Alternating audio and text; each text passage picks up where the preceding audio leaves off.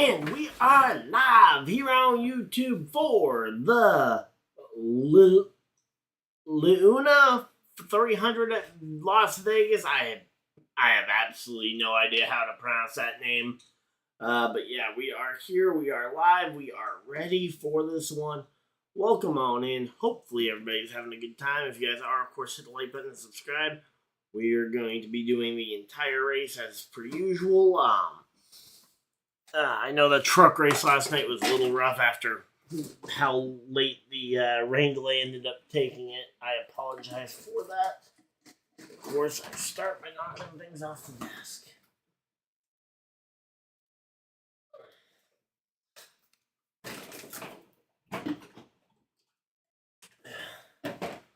But the positive is at least I am not getting off an 8 or a 10-hour shift today, so hopefully we got a little bit more rested and we are ready to go. And hopefully you guys are excited. If you guys are, again, hit the like button and let me know who in the chat who you guys are picking to win this one. For this one, I think I'm gonna go with looking at the qualifying order, the fact that we got 4 junior motorsports cars qualified inside the top 6. I will definitely be taking a junior motorsports car, and definitely bias playing a factor here, but I will take Carson Quapple. He's been on the channel before, so again, bias probably playing at least somewhat of a factor. I think Allgaier could easily be a contender here for this one. Zillage, I think this is going to be a great chance for him to learn oval racing, but I don't necessarily think that this is going to be the opportunity where he goes and wins an oval. I think that would just be way too perfect for him. I think that'd be way too easy of a storyline, and I think I think oval racing genuinely is a tougher thing, and road course specialists it takes some time to adapt.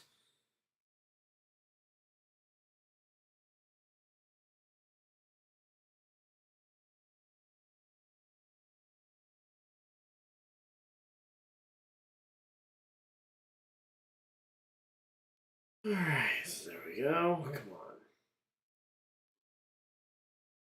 I'm not sure why my Roku app won't let me. Oh, there we go. It's now letting me control my TV. Alright, and so they're doing pre-race, and we will be getting ready for this one in a bit. Alright, welcome on in.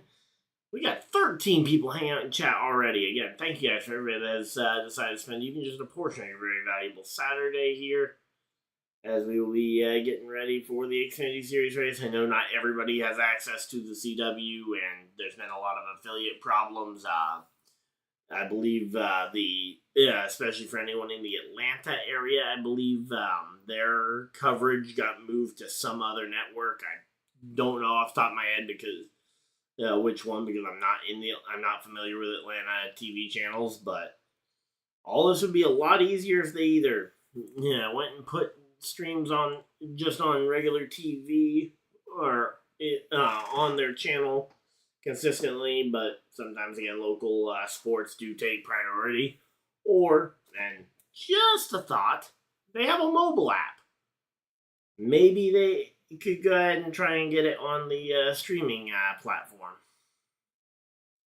Again, just a concept, but might be a way for them to try and capitalize on it. Because again, the biggest thing about the CW when they first announced the fact that the Xfinity Series would be making the move over to the CW was that this was supposed to be a win for accessibility for the fans. And so far, I don't think I've heard one.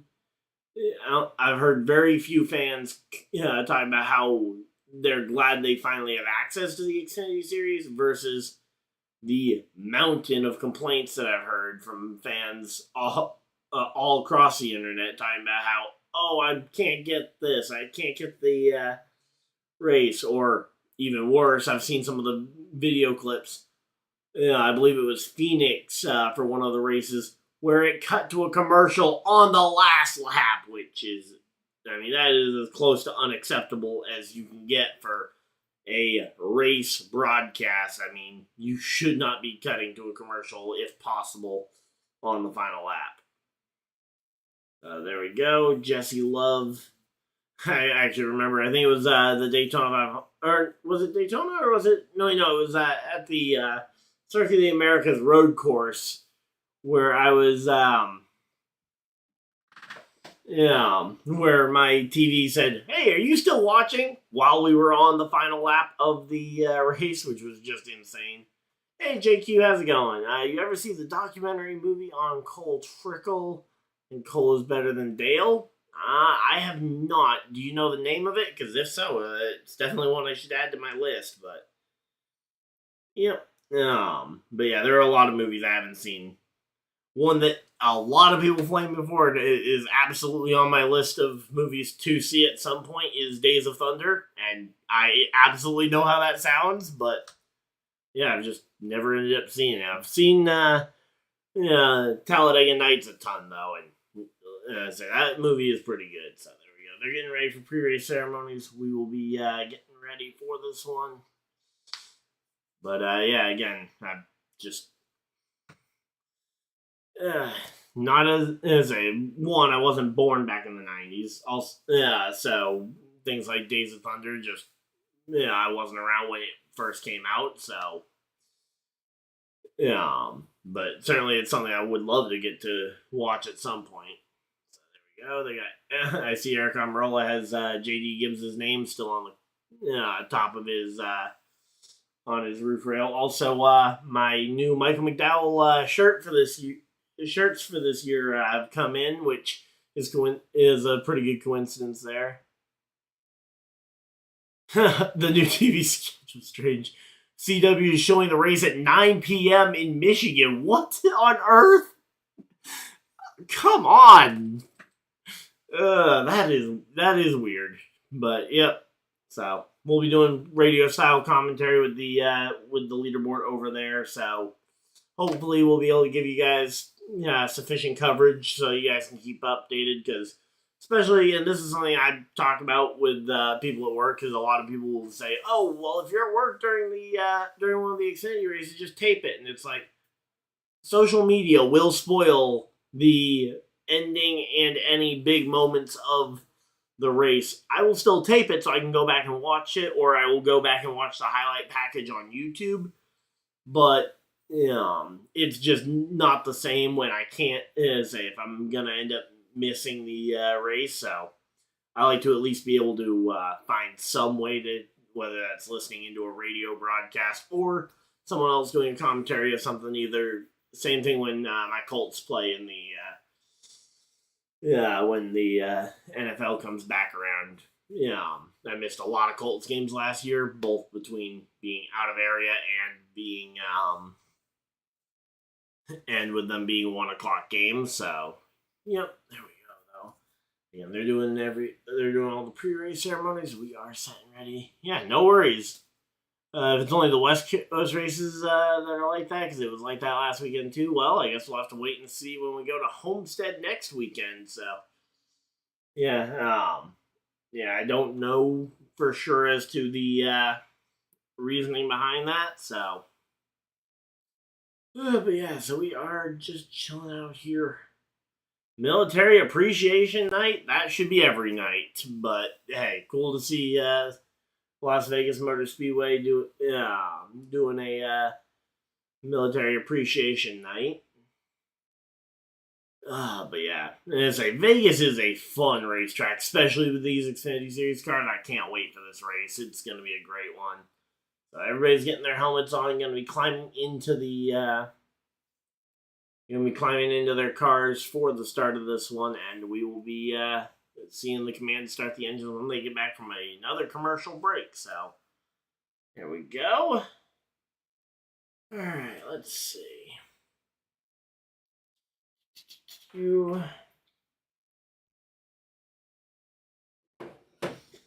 Alright. So, we're just chilling out though. Hopefully everybody's having a good time. Also, during commercial breaks, I am going to go ahead and get the camera set up so that we can go ahead and do some pack openings.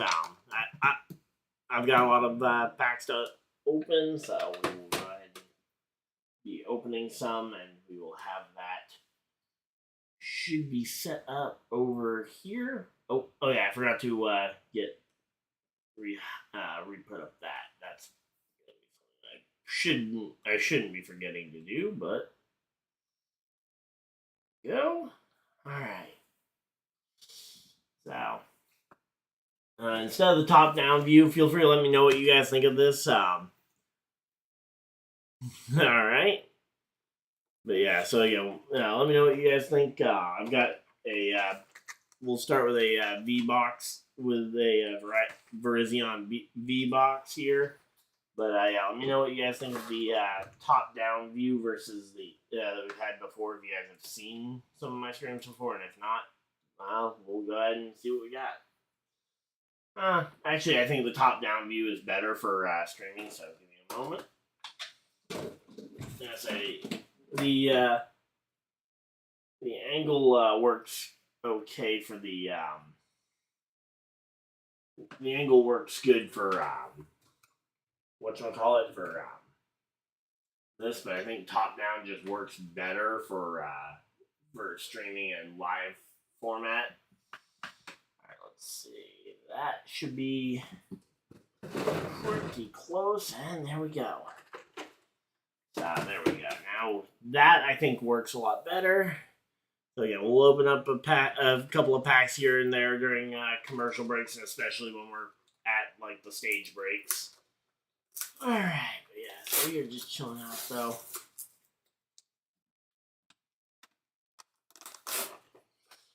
All right.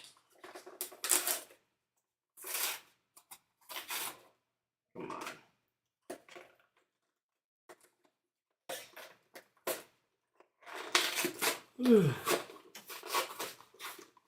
But yeah, looking forward to the cup race tomorrow as well. Getting to see Mike McDowell rolling off from the pole position, which I did get a chance to see that.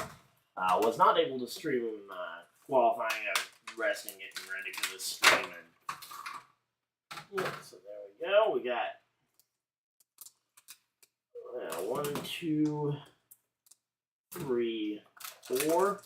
So we got 4 packs and a couple of promos. So there we go. We'll just set that off to the side there. And let's see. Move that out the way. Come on. Let's see if I can loop the wire out the way. So there we go. They're coming back from commercial break, and we'll get the command start up the engines, and then they will start to roll. So let's go ahead and open up a pack or two here. So we're going to start with Astral Radiance here. Alright, so this white card typically indicates a non-hollow. So 1, 2, 3. And so we go. We got V-Star, Wait and See Turbo, Shield On, Silene, Heracross, Teddy Ursa, Mantine, Scyther, Hisuian Basculin, the white stripe variant, Reverse Hollow Chatot, and a non-hollow Regirock. So, as expected, that one was not great. And they are getting set for this one. Yeah, hey, Kyle Busch is starting in the top 5? I had not seen that. I only saw the Michael McDowell on pole headline from ESPN, so I'm even more excited about that now that I've heard that. All right, let's go ahead and open up the Lost Origin ones next. Again, they're getting ready for the command to start the engines. Don't know who is giving the command.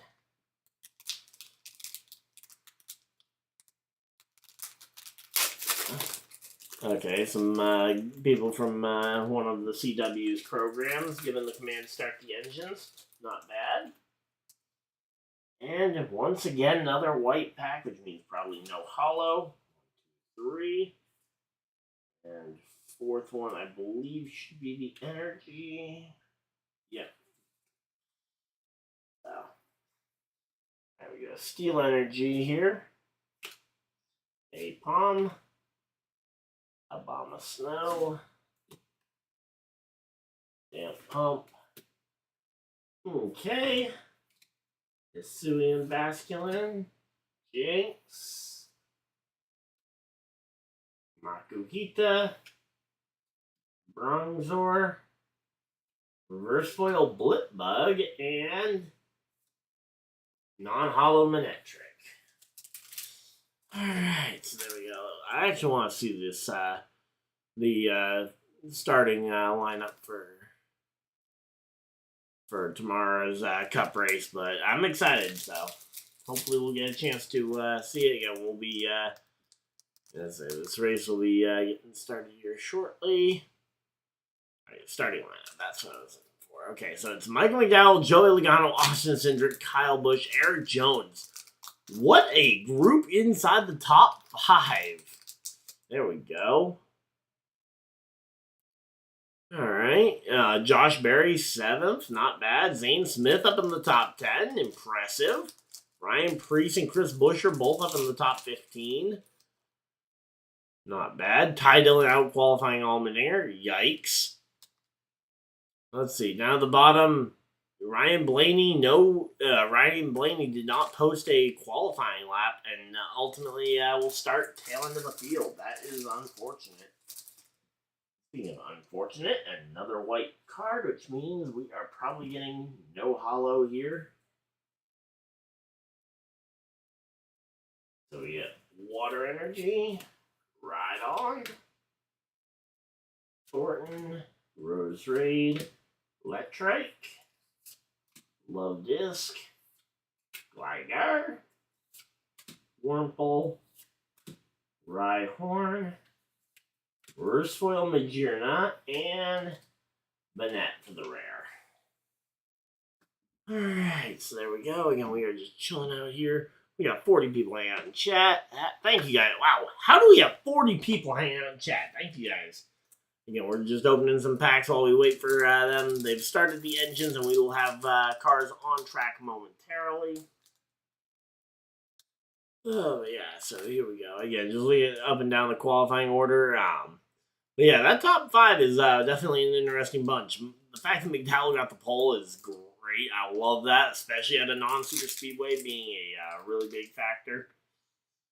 I'm going to have to recenter the leaderboard for the stream. Of course, you guys can't see that it was misaligned, but there we go. CW getting ready for their race coverage, and we go 0 for 4. Wow. Really bad luck here. Water Energy, Caparaja, Zorart, Simipour, Mawile, Makuhita, Panpour, Suwaddle, Skarmory, Reverse Foil Klefki, and Blissey here as we get ready, and cars are rolling onto the track. Let's go ahead and swap back on over, and we are ready for racing. Welcome on in. 48 people hanging out in chat. Again, thank you guys for everybody that has decided to spend even just a portion of your very valuable Saturday here. So yeah, we are chilling out. We are aiming to try and get to that 3,000 subscriber mark. Hopefully by the end of March.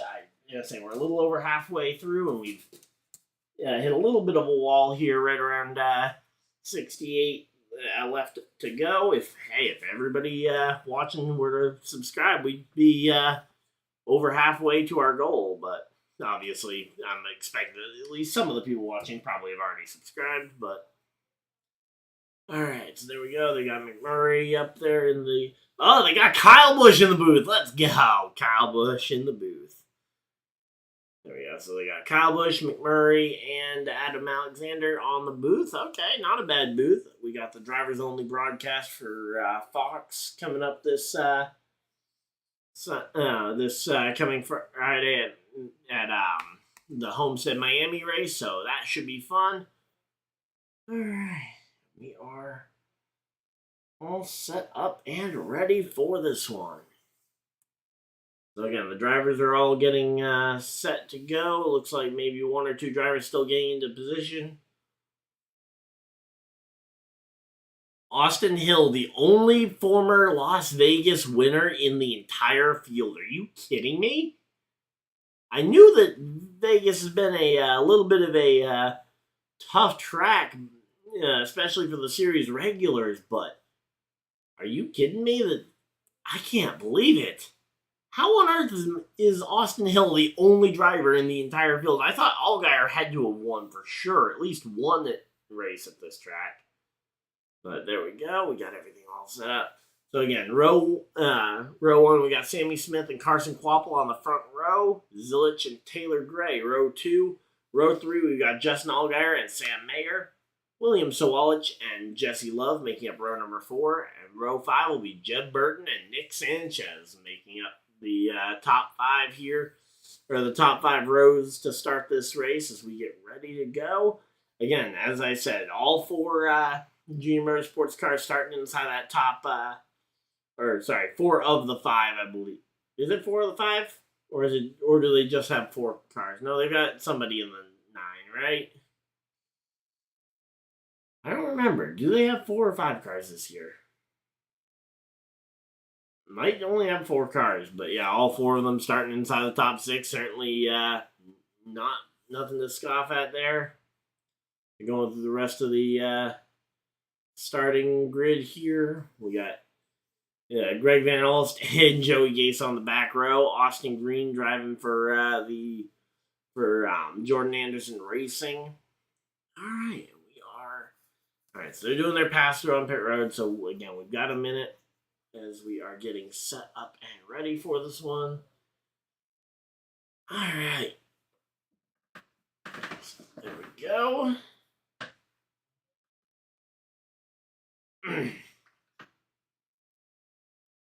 Alright, so there we go. Connor Zilich. I'm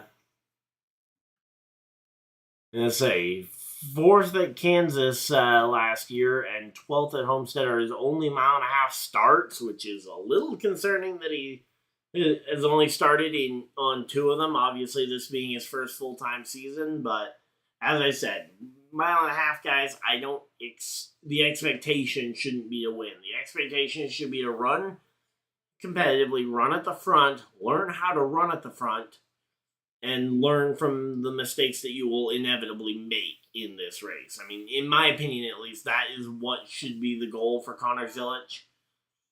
The expectation absolutely should not be there to win this one. Alright, so there we go. Alright, so we are just chilling out here. Hopefully everybody's having a good time.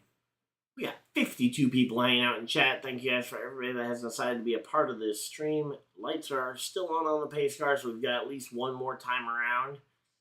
And again, everybody's kind of getting, everybody's still getting caught back up, and the number of cars going to the rear of the field, which was surprisingly a lot of cars, including what looks like Eric Almirola maybe going to the rear of the field.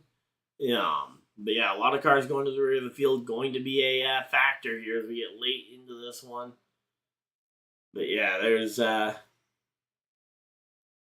showing the highlights from last week at Phoenix.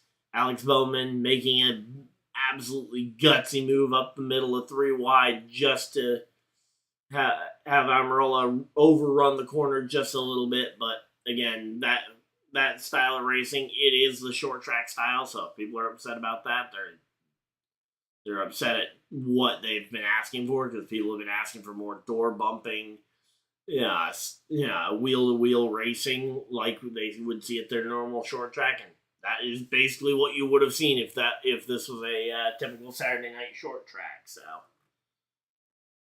there we go. Yeah, we are chilling out here. 55 people hanging out in chat. Thank you guys for everybody that has decided to spend a portion of your Saturday here. All right, we got Christian Eckes on the 16, just trying to familiarize myself with as many of the drivers in this field as humanly possible. Again, there's over 30 drivers in each series, so if I forget 1 or 2. But yeah, hey Kenneth, how's it going? doing good today. Let's go racing. Yep, let's go racing. It's bright, it's sunny, no rain delays tonight, and we are ready to go racing. Lights are off on the pace car, and we will be seeing the pace car dive for cover here momentarily. As here we go.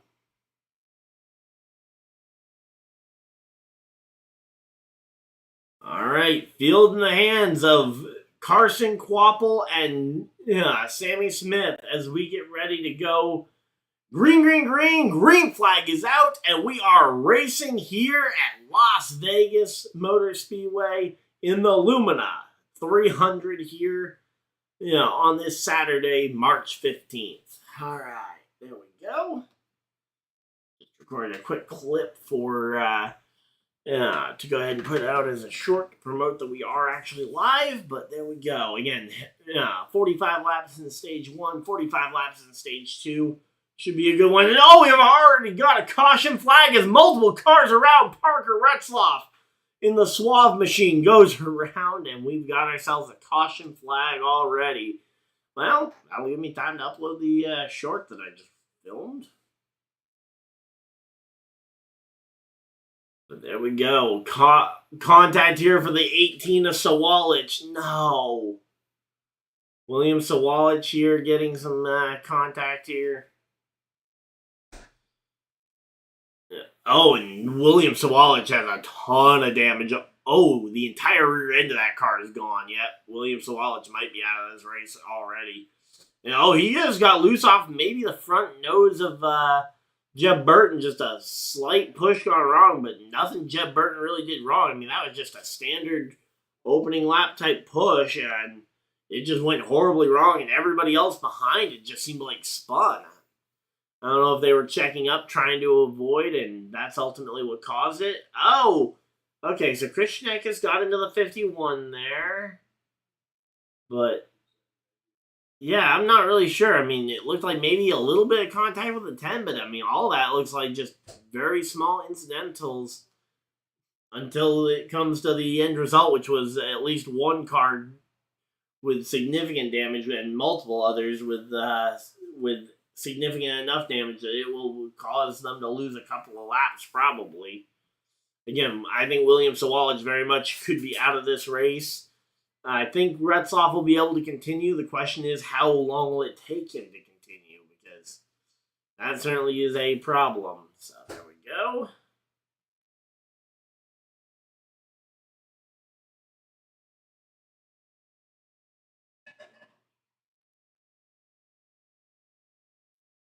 Alright, there we go.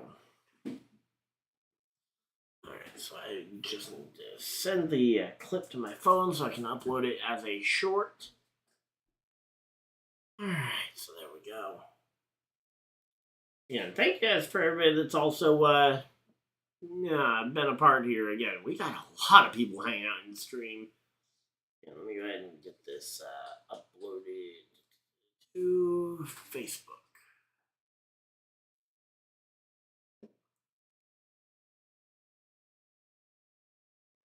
Right, let's swap over to my account so I can actually, to my regular account. I can go ahead and send it to myself. That's honestly the easiest way for me to send a video to my phone. Alright, yeah, we have. Still can't believe Michael McDowell on the pole. I just saw another highlight from one of the Michael McDowell groups I'm in. Michael McDowell on the pole for tomorrow's Cup race.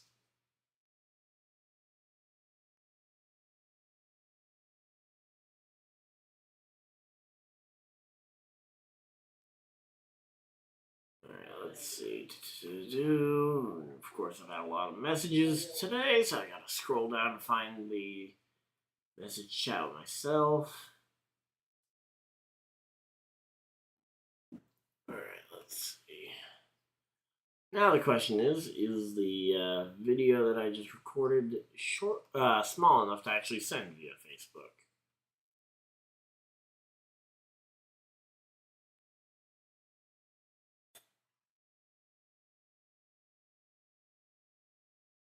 Again, we are just chilling out here. Okay, there we go.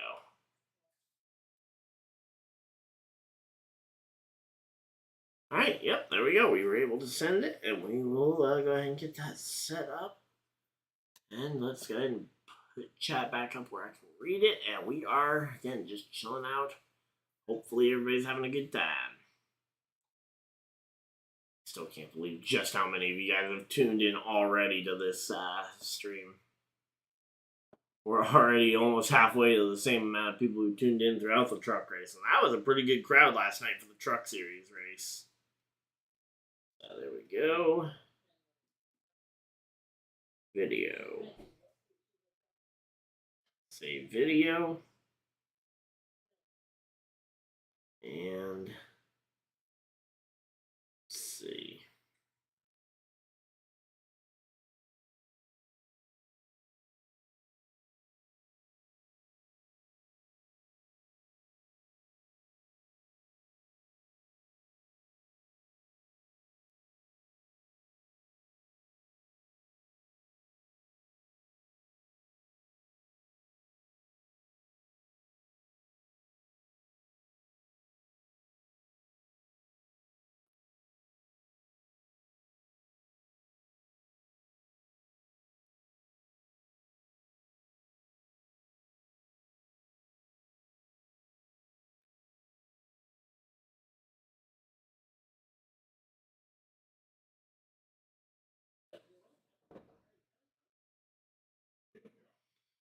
Alright, so there we go. They're coming back from commercial break. We are set here. I'm just listening to this, making sure it's all set.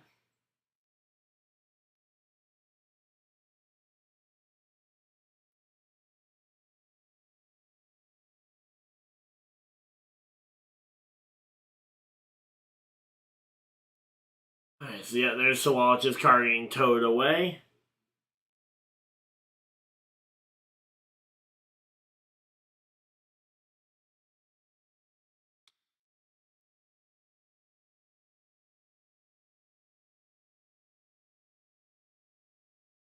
Alright, maybe let's try cropping it to that point here.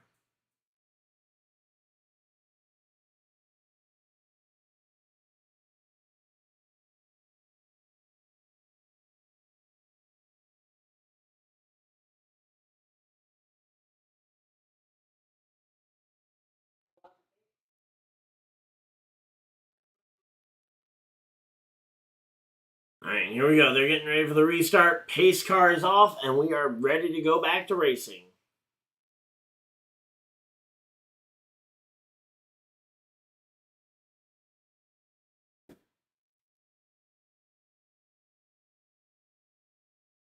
Alright, so... Alright, so we're green flag racing here, 6 laps into this one, and let's see if we can complete a green flag lap without somebody crashing, going down the back straightaway. Looks good here. Sammy Smith, the fast lap of the day, but I guarantee that is going to be a record that is erased multiple times throughout the night. So here we go. Sammy Smith, Quapple, Zilich, and Allgaier all up into the top 4. And the Junior Motorsports dominance has been established. All 4 Junior Motorsports cars absolutely dominant here early in the early goings. Alright, so there we go. Hey, Jeff, how's it going? I've never seen a TV channel that doesn't show the race on its main channel. Are we going back to the 80s where you expect the race? Yeah, I mean... Again, I don't love the way that the CW does it, but also when you say that, I mean, just as a direct comparison, I mean, one could say that the race... Oh, contact! Is that Josh Williams? Yep, Josh Williams up into Ryan's seat. They managed to keep it just about going the right way, but yeah, I'm not a fan of the way that they do it, but again, you could look at it the same way as, like, you know, when Fox delegates to FS1, although... Personally, I think that more people know how to find FS1 versus this, but yeah, again, I don't see why it isn't available on the CW streaming app. I think that should be the standard being established here, but at least as of right now, that has not happened, which is unfortunate for a decent amount of people, but unfortunately, NASCAR, they've signed the deals that they can. We're just kind of stuck with it. But again, I think the CW's actual coverage, from what I've been able to see, one, I haven't had a race where I wasn't able to get it yet. But also, and this is the bigger thing, is it actually seems like the CW cares compared to the coverage that we've been seeing with Fox Sports, where it really doesn't feel like they put a whole lot of care and effort into them. I mean, like, I might not love the idea of the CW having the ticker along the bottom, but I like the fact that they're experimenting. I like the fact that they're trying with the on-screen graphics of the whole thing, but that doesn't really matter a whole lot if 90% of the fan base can't see it. So, yeah, again, it is one of those situations where it is a constant push and pull there.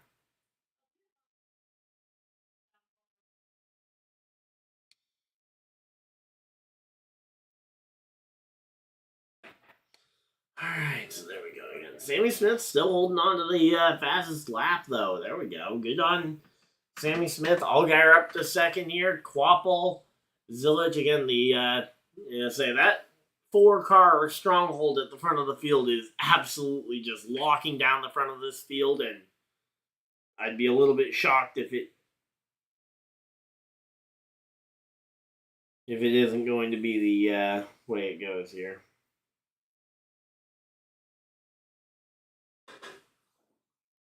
All right, there we go.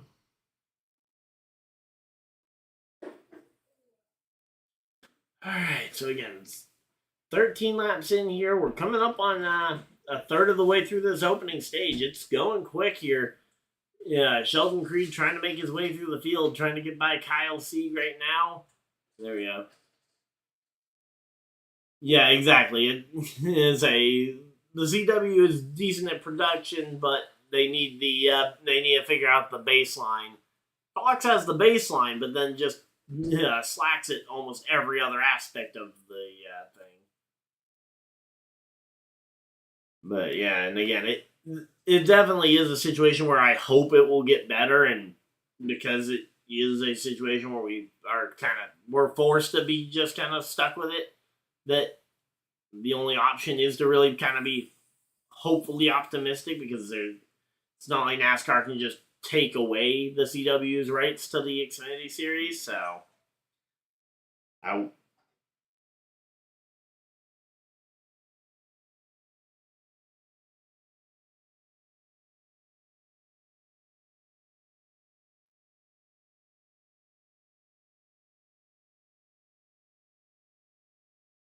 Alright.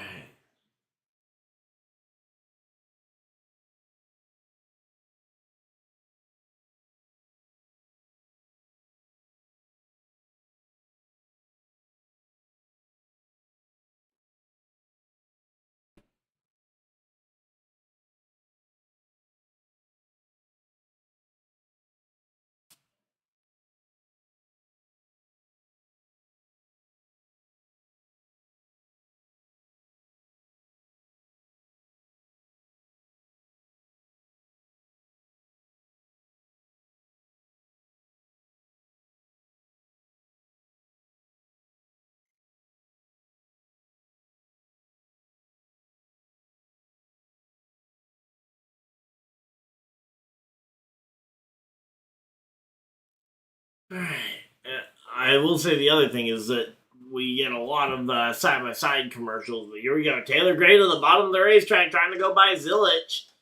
There we go again. Zillage, this is a part of what I was saying about Zillage's plan for the day. Should be to race up at near the front of the field for a decent chunk of the day and learn from the mistakes. I mean, learn how to race around people, how to race around cars that might be a little faster than you, because those Gibbs cars are certainly fast.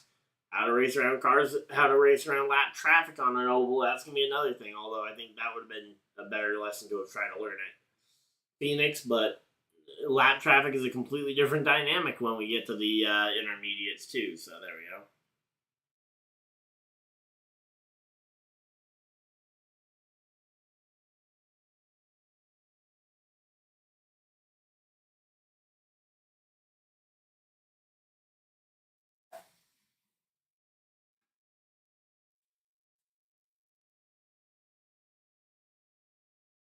Alright, so there we go. 19 laps in, and again, this one, Allgaier's gotten to the lead of the race, and he is just taken off from Sammy Smith. Wow.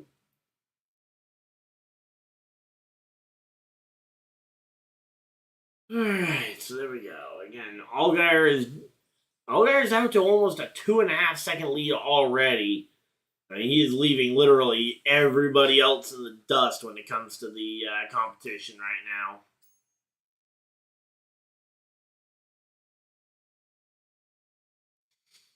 Alright, so there we go.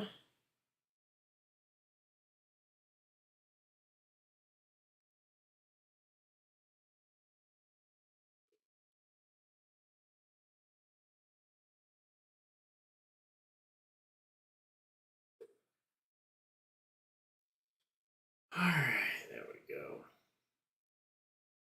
Alright, they're coming back from commercial break. We are set up. We got the short uploaded, and we are good to go.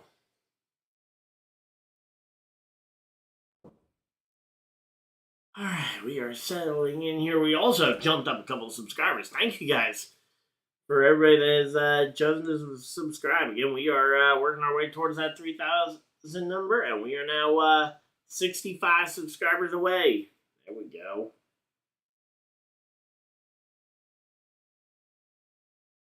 Alright, so there we go. 22 laps in. Again, 45 laps is stage 1, so we're coming up on halfway completed here. Yep, halfway in stage number 1. Sammy Smith still has the fast lap by some miracle, but he has lost 3.5 seconds to Justin Allgaier. How do you lose 3.5 seconds to Justin Allgaier, yet still have the fastest lap of the session? Like, I legitimately don't understand how that...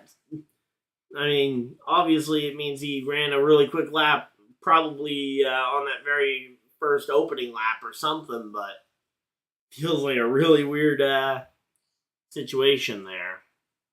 Alright, so there we go. Again, we are just chilling out. We're going to lock in. We got Josh Williams here running up, going underneath the 14 and 74 cars. Again, Josh Williams, he's been in such a weird spot here where and we got Ty Dillon coming over to talk to somebody there. There we go. But yeah, again, Josh Williams, that's the weird thing. He's been fast in the bad equipment, but ever since getting into the Kaulig racing equipment, now to an extent, Kaulig racing themselves have gone down quite a bit. And it looks like Ty Dillon's getting suited up here. Uh-oh. And say, are we going to see a driver swap here?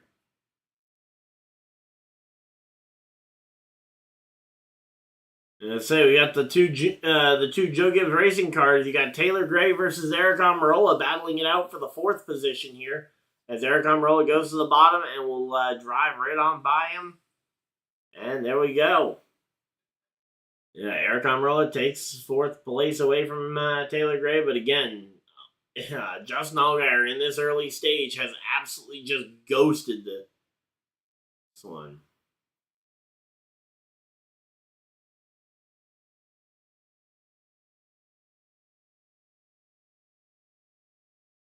Alright, so there we go. Another time with William Sawalich, who is fresh out of the infield care center here.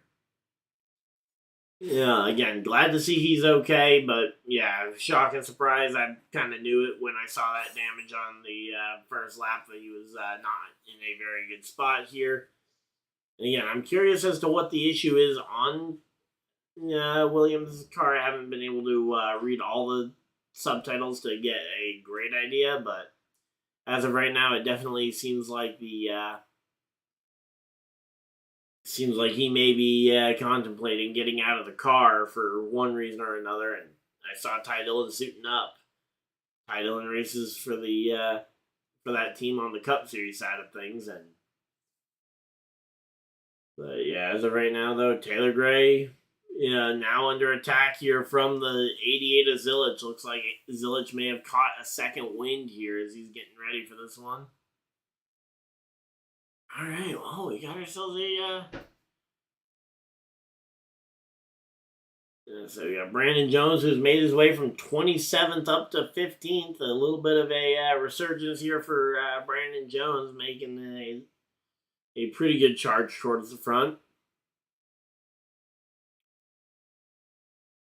So, again, always nice to see guys like Brandon Jones when they get these extra opportunities to actually make something of it.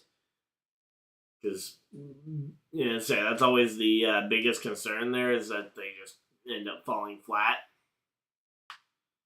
Alright, so there we go. They're going to a commercial break. Are they going full screen commercial? Or are we going to get side by side? Side by side? No! Josh Balicki has a tire down, and it looks like he's going to try and get back to the pit road. No yellow as of right now, but it is we are going to have to monitor that one. But yeah, I don't know what caused that tire to blow out, but yeah, again, that thing is chewing itself apart. I'm actually kind of surprised the fender actually looks pretty well intact compared to how the fenders normally just get shredded completely up to pieces. In situations like that. But as I say, the fender didn't get torn to shreds, so I think there's a good chance we stay green here. And here comes Eric Almirola looking to try and go by Carson Kvapil for the third spot, and he's going to pass him at the line and clears him for the lead for the third spot there. But again, right now, Justin Allgaier is in a completely different zip code. He's 6.5 seconds ahead of Sammy Smith. He's already caught the back out. He's already caught the back of the field and is starting to lap them. 32 laps down out of 45 in this stage. Again, a long. 45 lap stages are not short, but man, Allgaier is making it feel like a very long day for everybody else behind him. So again, we're still at a side-by-side commercial here. Almirola, again, he's going to be looking for Sammy Smith next. He's only about 0.2 of a second behind him, so the rest of the field is actually pretty well bunched up, but again, Allgaier has just driven off, and without a caution flag, I think Allgaier is just going to win this stage here. Now we got the 48 and Nick Sanchez going up the track, and he gets really loose there. Ultimately has to lift to try and avoid hitting the fence, and he loses a ton of momentum and a ton of speed as Ryan Sieg goes underneath him. Ryan Sieg claiming that spot, and here comes Eric Almirola to the inside of the 8 of Sammy Smith, down below the lap traffic, and Almirola is going to clear him handily, and here comes Carson Kvapil also to the inside of his teammate in the number 8 car. The 8 and the 1 drag racing it down the front straightaway. Those two Junior Motorsports teammates trying to make something happen.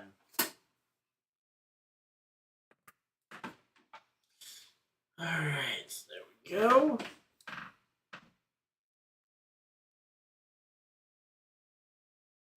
Alright, so Sammy Smith able to clear his teammate Carson for the third position here. But again, Eric Almirola has made his way to second. The question is he going to be able to do anything about that 7-second lead for Allgaier? Or is he even going to try? Or is he just going to let Allgaier have won this stage and he's just going to be happy with the second place finish? And I certainly wouldn't want to have to be happy with the second place finish here in the stage, but at this point, I don't know if Eric Almirola has won. I don't know if he has the car to run down Allgaier. And 2, Allgaier has put so much speed between them that they're a literal literal 7.5 second gap between them. So, I'm gonna say it is a massive difference here.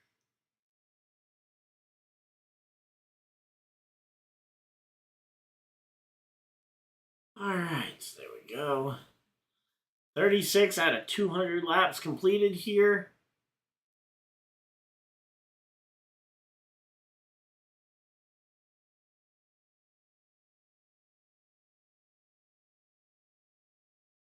Alright, so there we go. We're just chilling out here. They're showing the replay of the of the 48 who nearly wrecked on nearly wrecked out of this one early on, with the loose car. Sammy Smith still holding down that fast lap, which again, with how much gap Allgaier's been able to put, I'm kind of surprised that Allgaier hasn't gone and topped Sammy Smith's lap, but good on him for Sammy for being able to grab a very quick lap very early on in the race. Again, we'll have to wait and see if anyone can top it. But so far, 177 mile an hour lap average is the time to beat. Alright, so here we go. We got Kyle Sieg versus Brandon Jones fighting it out for a spot here. Battling inside the top 15. Good on Kyle Sieg. Kyle Sieg is one that we don't normally talk about when we talk about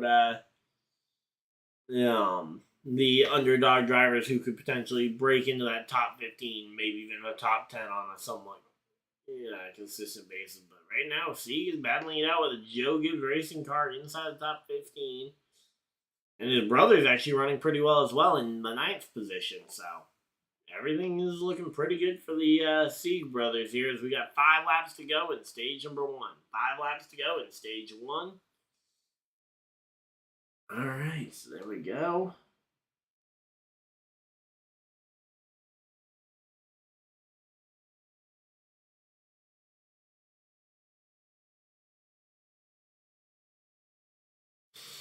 All right, so there we go.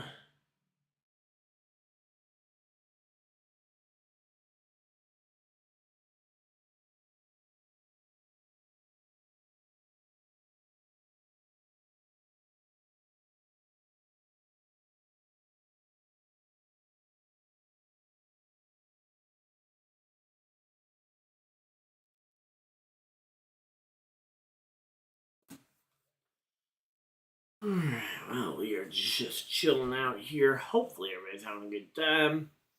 Again, right now, Taylor Gray running that high line, trying to make something happen. I don't know if it'll be enough here. 3 laps to go. Let's see. Gray looking to the outside of Ryan Ellis. And I'd say Gray is doing really well. Sammy Smith, the worst of the 4 junior motorsports cars. Kind of surprising to see him struggling just that little bit here. There we go. Ryan Sieg up into the top 10. He can now start to potentially earn some points here. And there we go. The 7 of Allgaier here. 2 laps to go. He's got the stage win in hand. So the only reason he even needs to be pushing at this point is he is trying to lap. He's trying to lap Brendan Poole to complete what. To go ahead and keep Blaine Perkins off the lead lap. Not necessarily a threat, but every car you can lap means one less car you potentially have to pass later on. And one less car on pit road during green flag pit cycles later on as well. So, 1 lap to go. Final lap of stage number 1. We're working our way through this one. A great showing here so far. An absolutely dominating showing here by the driver of the number 7 car. Again, his teammates Carson Kvapil in 3rd, Zilich in 4th, and Sammy Smith in 6th. They're all still in the top 6, but again, it's weird that Sammy Smith started the best of them and has slipped the furthest of them. While Allgaier started the furthest back, and he is your stage 1 winner. And again, very handily. He's going to win this stage by 8 seconds over Eric Amarola, Carson Kvapil, Connor Zilich, Taylor Gray, the top 5. 6th place, Sammy Smith. 7th, Austin Hill. 8th, Jesse Love. 9th, Sam Mayer. And rounding out your top 10 is Ryan Sieg. Alright, so there we go.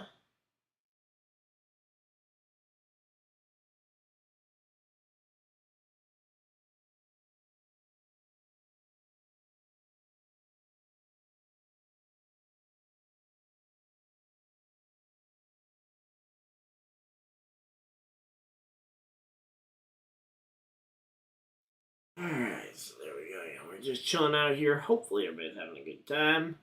We got 35 people still hanging out in chat. welcome on in. Again, hopefully everybody's having a good time. I'd love to try and figure out how to, Alright, give me a moment, guys, and I'm gonna see if I can get this,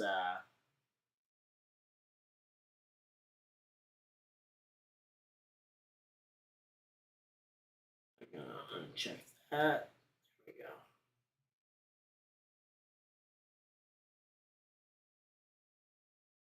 Alright, when we get back to the, race, I'm gonna try and sync up these two streams. That way, I can hopefully have. Again, it's a way to try and hopefully make the creation process of shorts a little bit quicker when it comes to the shorts, because I enjoy making the shorts. Hopefully, you guys enjoy watching them. I know, at least from what the viewership tells me, you guys enjoy watching the shorts. Again, I haven't been able to make any of my skits in a little bit just because I've been busy with other stuff, but there we go. Alright, let's see. 178 people have already seen just the green flag start to the race. Again, I would love to stream on YouTube Shorts as well at some point. Being able to stream vertical would be amazing, but again, it's just one of those things I haven't quite got it figured out yet. Alright, so we are under caution flag here and at a commercial break, which means I think we got another pack of cards around here that I got. Actually, I got some Paldean Fates I can open up. So, there we go.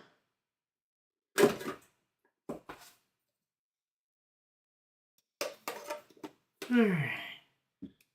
Wait a minute, that was just a Thomas College ad. What? That college is literally about, what, a mile and a half from here?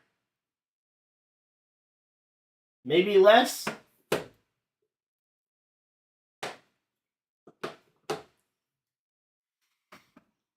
But yeah, that college is quite literally about a mile and a half, about one Las Vegas Motor Speedway away from my actual house. So that's pretty cool.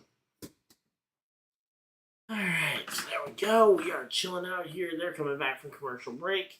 And we got a car stopped on the racetrack here.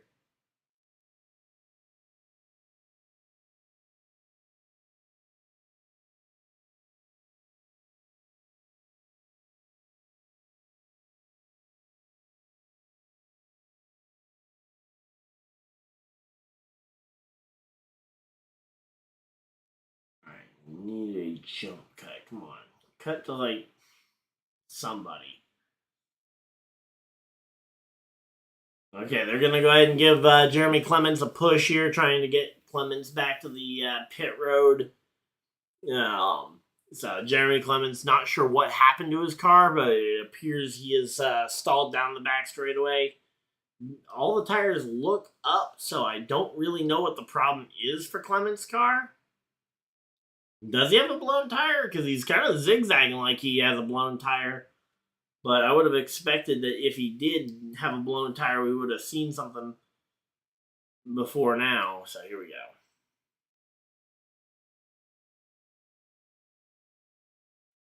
Alright, that's going to be pretty close to synced up. Alright, so there we go. Welcome on in. Again, hopefully everybody's having a good time. Alright, so there we go. That should make shorts a whole lot easier to make. Alright, I'm enjoying this. Again, hopefully you guys are too. We got 36 people hanging out in chat. Thank you guys for everybody that has decided to spend a portion of your day here. Talking about Parker Retzloff here, who just we saw in that lap 1 incident earlier trying to sneak away.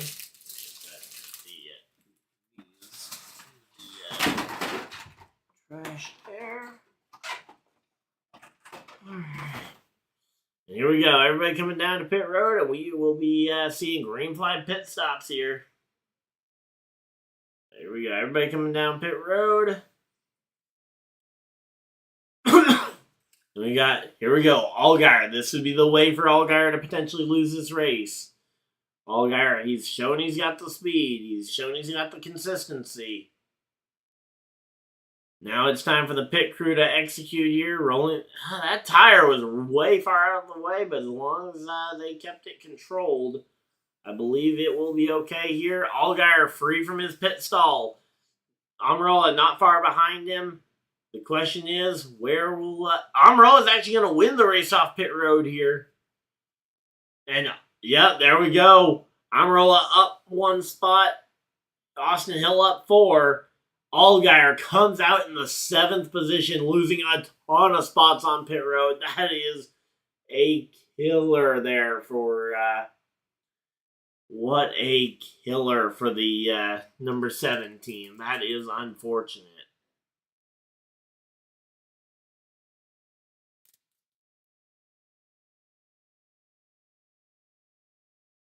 Alright, so there we go. You know, we are just chilling out here. Hopefully everybody's having a good time.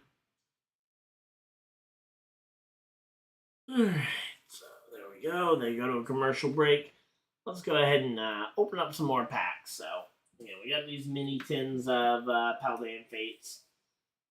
I picked these up during the Walmart restock. And let's go ahead and open this up. Here we go. Come on. There we go. Alright, so we'll open at least one of them. Yeah, I kind of like the sealed tin, but obviously we want to see what the cards are inside, and we get some cute little cards here of Tinkertuns. Alright, they're already coming back, and I was like, oh boy, I was not ready for that. We got some Paldean Fates. These are going to be featuring some shiny Pokemon. So there we go. And again, this is we're currently under a caution flag and a commercial break, so you guys are not missing a thing. And let's go ahead and see what we got here. All right.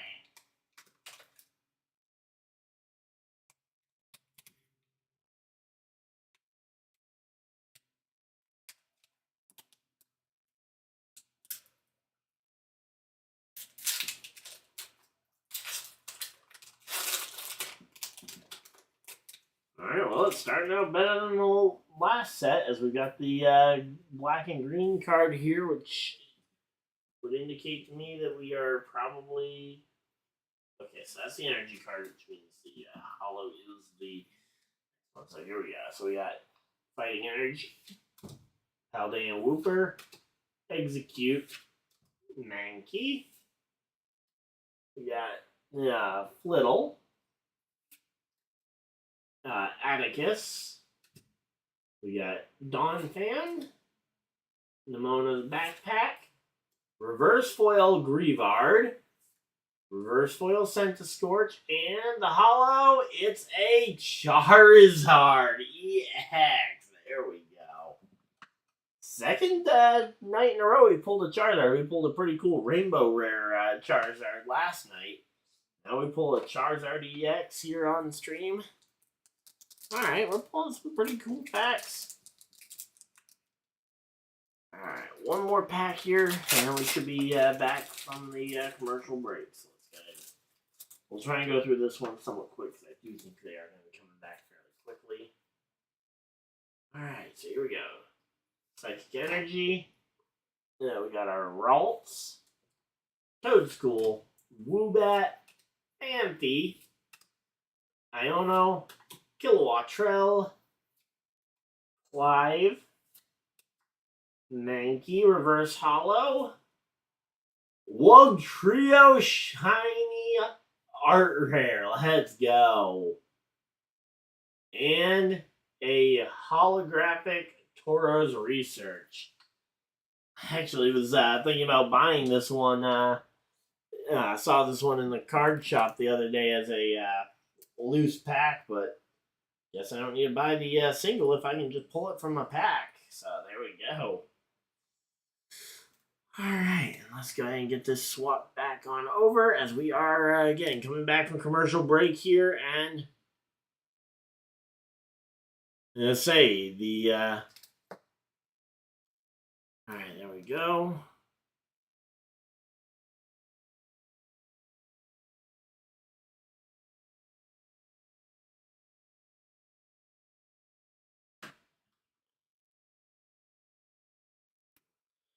Alright, there we go.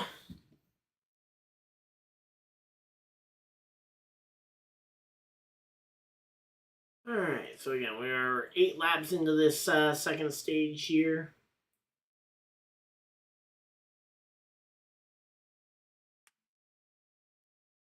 Alright, 53 laps in overall. We got Jesse Love currently in the driving the number 2 car here.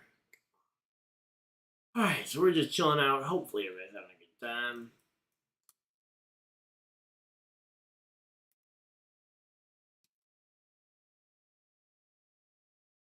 Alright, well, we got ourselves our, we got it all, hard sleeved up, and there we go. Alright, again, they should be getting ready to go back racing here shortly, so I'm just going to quickly sleeve up this Charizard as well. I'll make sure that it is all ready for the card show tomorrow. Alright, there we go.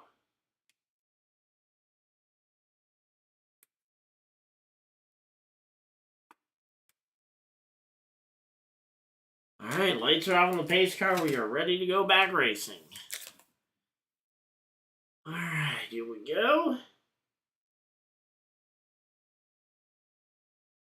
Alright, so here we go. Green is it. The restart zone is approaching, and here we go. Pace car dives for cover. Field in the hands of Eric Amarola and Carson Quapple. Green, green, green. Green flag is out, and they are racing here at Vegas once again. And, one car way off the pace. It's Ryan Sieg. Ryan Sieg way off the pace there. And that is an unfortunate set of circumstances here. As, again, Ryan Sieg, he's one of those drivers that, he can definitely sneak towards the front of the field, but, if he has some kind of problem with that car, it's going to be very hard for him to overcome that problem, so... Again, we'll have to wait and see. Maybe he just got a little loose on the restart or something. But again, that will just have to be a wait and see type of game to see what ends up happening. But Eric Amarola, Austin Hill out in front of the field now.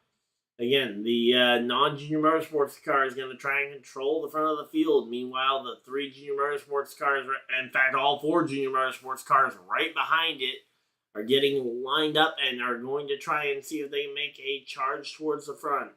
Sammy Smith currently the leader of that group. Zilich up to 4th here, leading the second car in line here. Then you got Carson Quapple on the bottom line trying to... he is currently the 3rd place of the junior motorsports cars. And here comes Justin Allgaier, the speed demon from further back, trying to make something happen.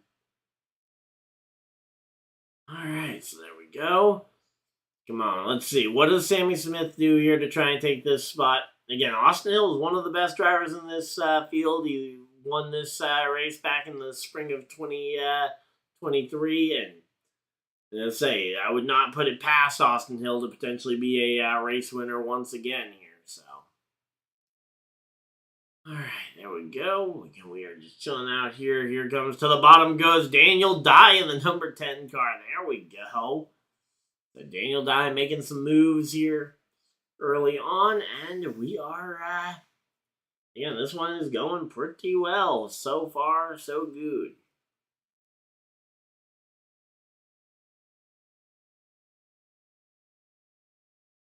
Alright, so there we go.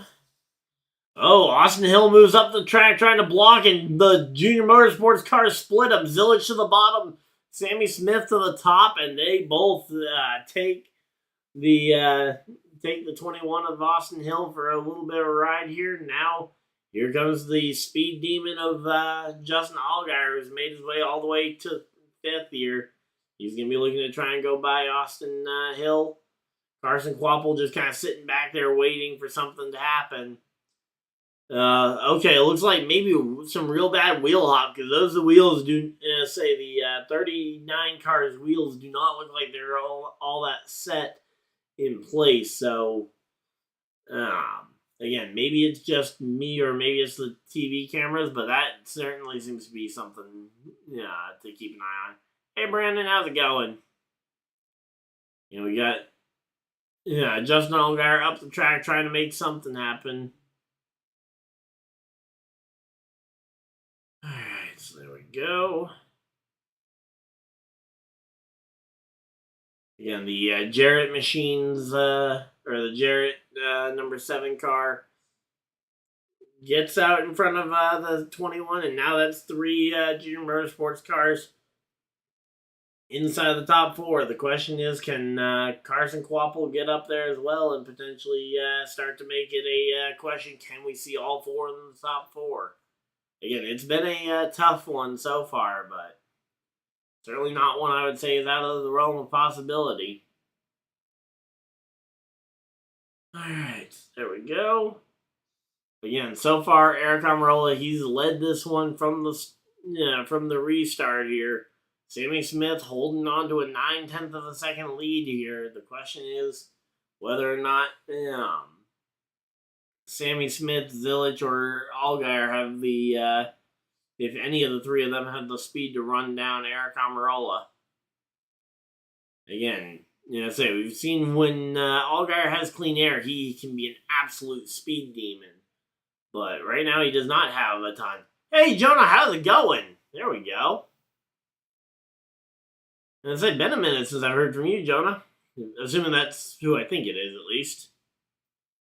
But yeah, so here we go. Again, we are 18 laps in, so we're a little bit over a third of the way through this second stage. And again, cars are just absolutely flying around here. Almirola, he's holding ground, but he's actually, the lead is slipping just a little bit here as Sammy Smith is closing in just a little bit on Eric Almirola. The question is, though, and actually, there goes Sammy Smith. He slides. He just lost 2 spots there to his 2 teammates. I'm not sure if he realized that he just, let's see. Okay, so Zilich just got a little bit impatient, tried to make the move around him, and the 7 of Justin Allgaier, being one of the fastest cars on planet Earth, jumps to that inside as well, and goes right on by. So there we go. Again, all 3 of those Junior Motorsports cars, you expect that they'll work together pretty well here as they try and are trying to run down Eric Almirola.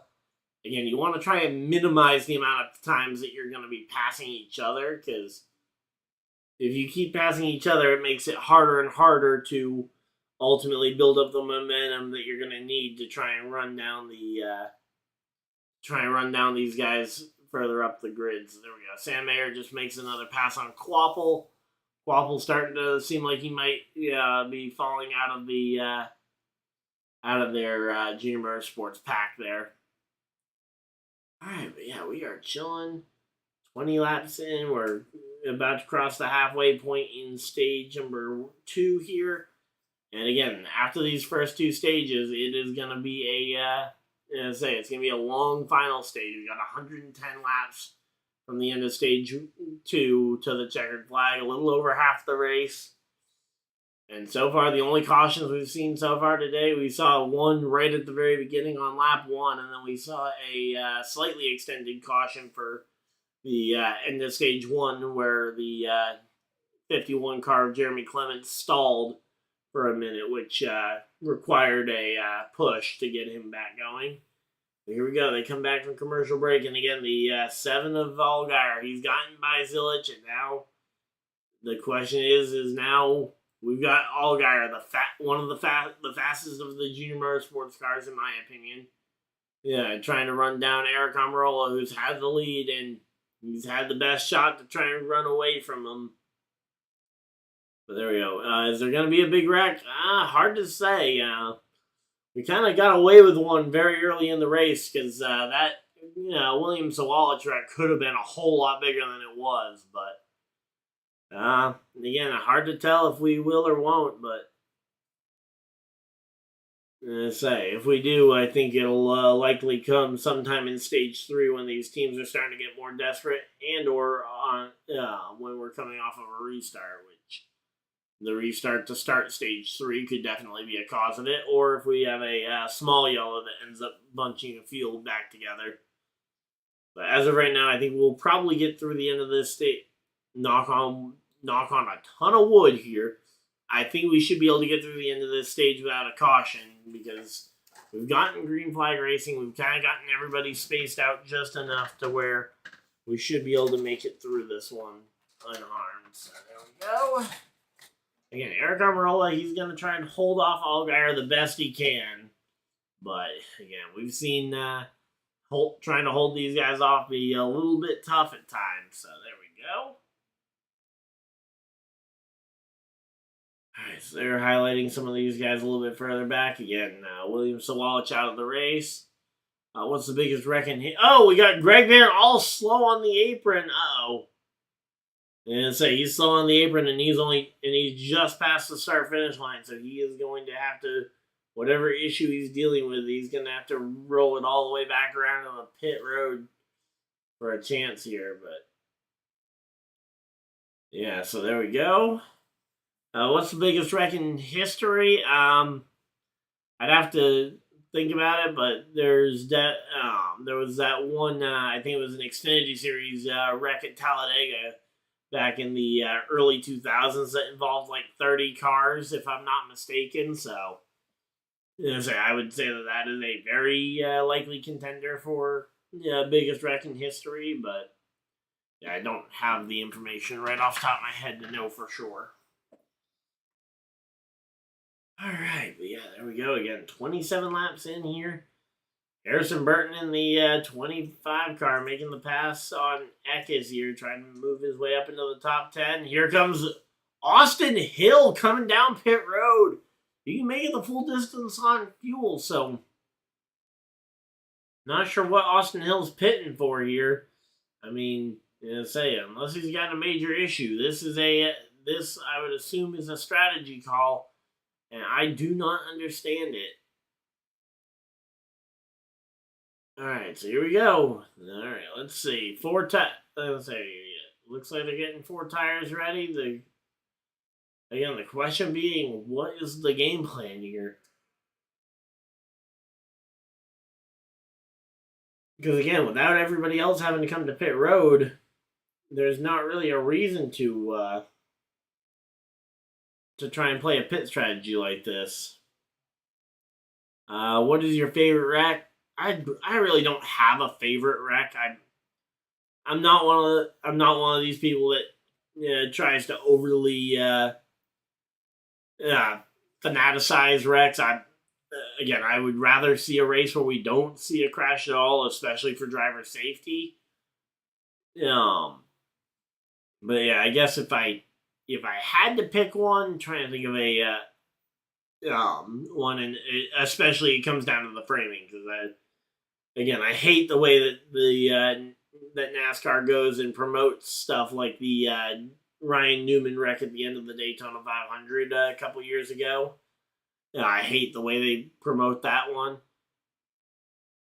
So, yeah, I'd have to probably think about that one, but yeah, again, there are a number of ones that I wouldn't put on that list.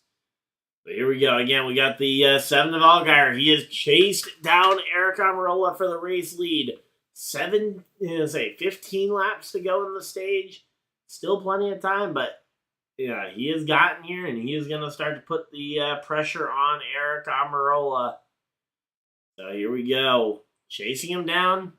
Again, the biggest question here is what will Eric Almirola be able to do here, and will he be able to hold off Allgaier the entire way? Looks like they are getting ready to send us to a NASCAR side-by-side. But again, right now, the 7 of Allgaier, he's going to be one to watch here as we get ready to go. Alright, so we're just chilling out here. Hopefully everybody's having a good time. Alright. So, 133, or 100 and, you got about 130 laps left to go here.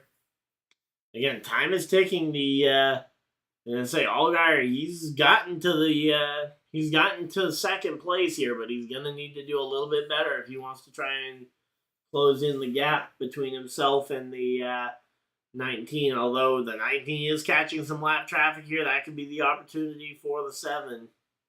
7 of Allgaier here trying to chase down Amarillo. I just don't know if it's going to be enough here. Here we go. To the bottom of the racetrack. Yep, there we go. Allgaier gets by the lap car as well, no problem. But again, it's going to come down to where Amarillo catches these lap cars, because so far, Allgaier is still about anywhere between a quarter to a half second back of the lead, which is going to be a little bit harder there. If I could join NASCAR for free, would I?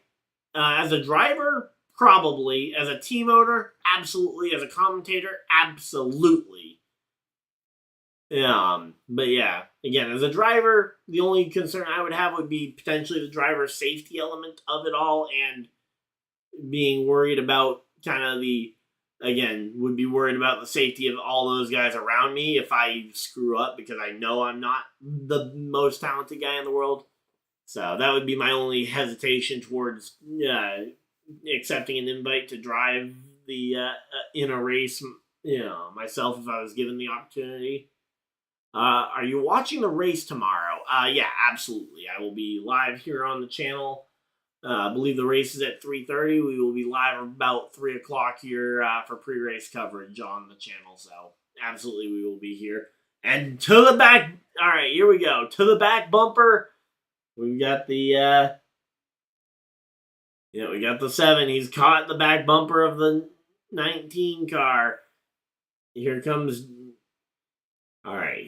Justin Allgaier. He's gotten all over the back bumper of Eric Almirola here.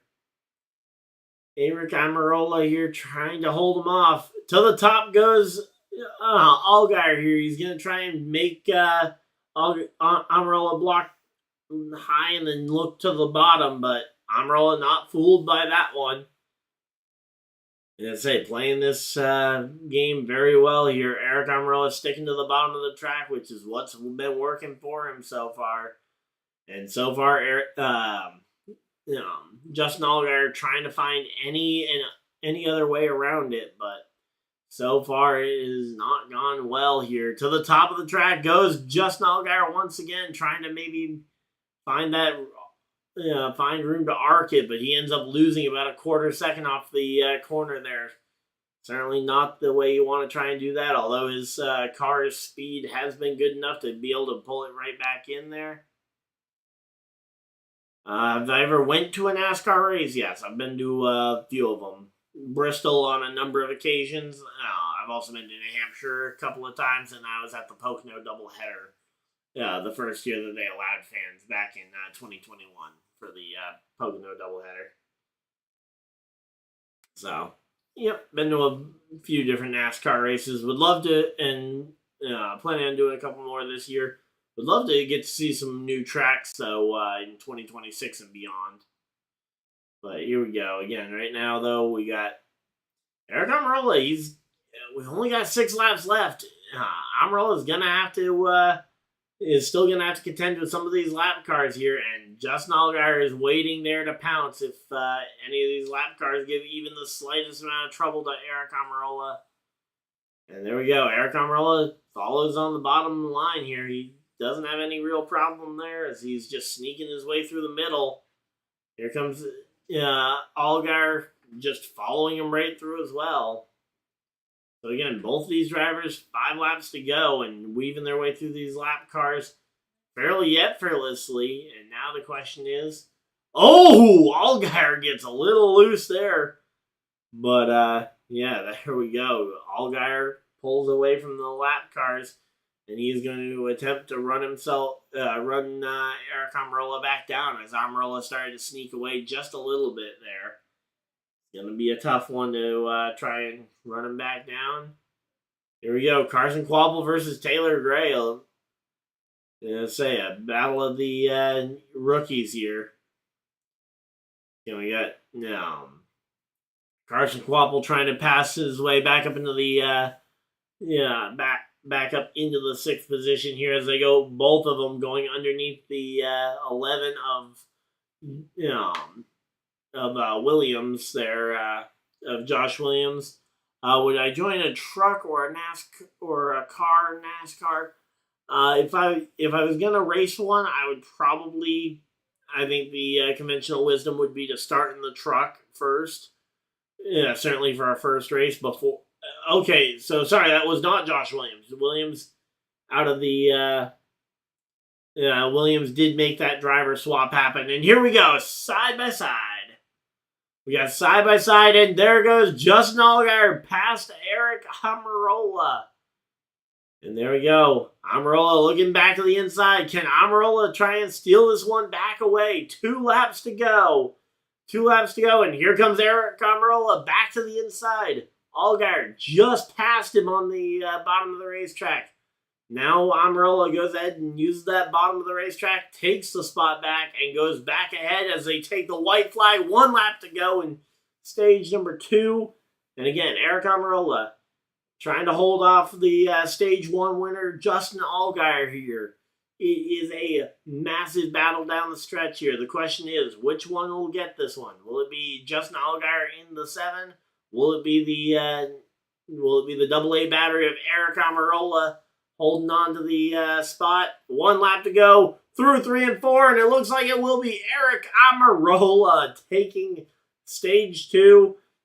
Justin Allgaier coming home in the 2nd position. But there we go. All right. Zilich 3rd, 4th, Sammy Smith, 5th, Sam Mayer. Yeah, rounding out the top 5. There we go.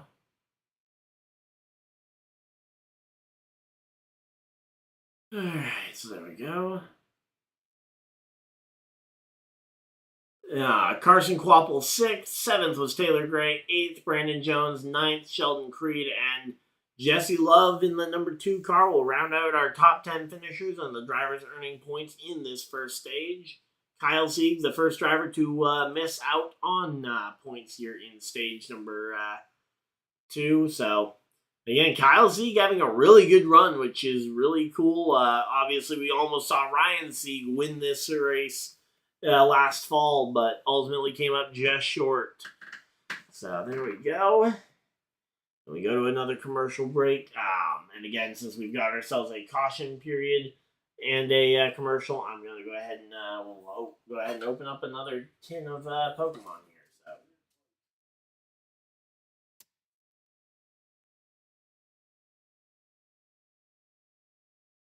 all right, so there we go.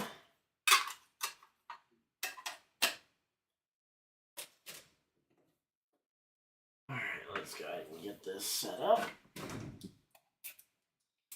Alright, so again, we're just chilling out. Again, we've been opening packs in between these stages. Yeah, if you guys know me, I'm a big Pokemon fan. I've got a fairly extensive collection, and hoping to add to it with eventually a shiny Charizard would be amazing. So we get some more collectible trading cards with the shiny Mousehold and Tandemaus. And we get, obviously, the biggest thing is the 2 packs that we get in these seasons. Are always a pain to try and get out of the tin. So, there we go. Alright, so we got Palmayan Fates. And we had one that fell on the floor. Alright, so again, we're just opening some packs here during these breaks. Again, hopefully filling out the time. Again, thank you guys for the fact that we've managed to maintain 30 or more people for 90% of this stream. Has been incredible. Thank you guys for everybody that's been a part of this.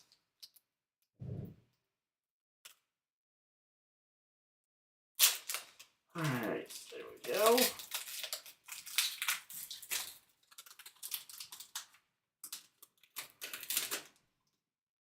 Alright, so we already pulled one cool card.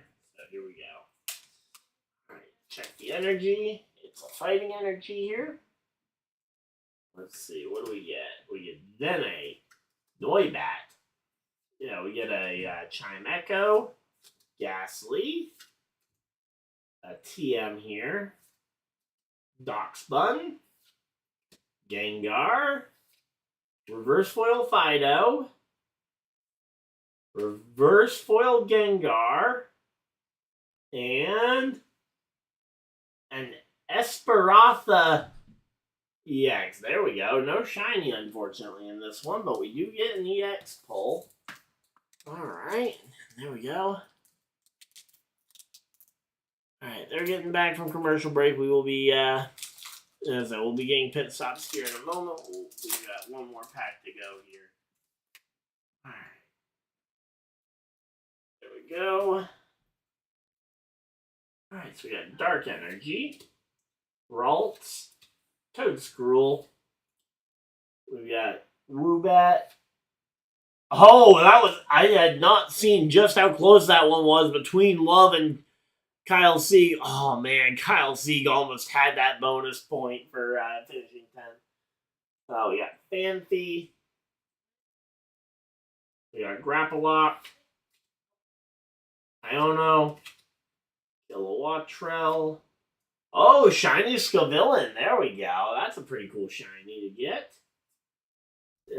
Chimecho Reverse Hollow. And a holographic Houndstone. So some pretty cool cards. Go ahead and flip back on over to the leaderboard as we're going to be getting ready for pit stops here. And there we go. I'm going to soft sleeve the Scavillain. And then we will hard sleeve the EX. Only a soft sleeve the Scavillain because it's going to be going in my booklet here. But here we go. In my book. So there we go. Here we go. Everybody coming down pit road. We got Allgaier. We got Amarola. We got Mayer. 3 drivers coming down here getting ready for this one. Should be a good one. Alright. There we go. They're getting their pit stops done. Let's see. Sam Mayer, Allgaier, Amarola. Who's going to be done first? Mayer. Oh, wow. Mayer with a really slow stop. 14.8 for Allgaier, the fastest of the 3.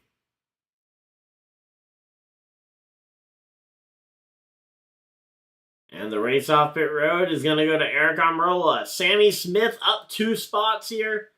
Allgaier losing a spot here. Brandon Jones jumping up a couple spots here in the Joe Gibbs Racing.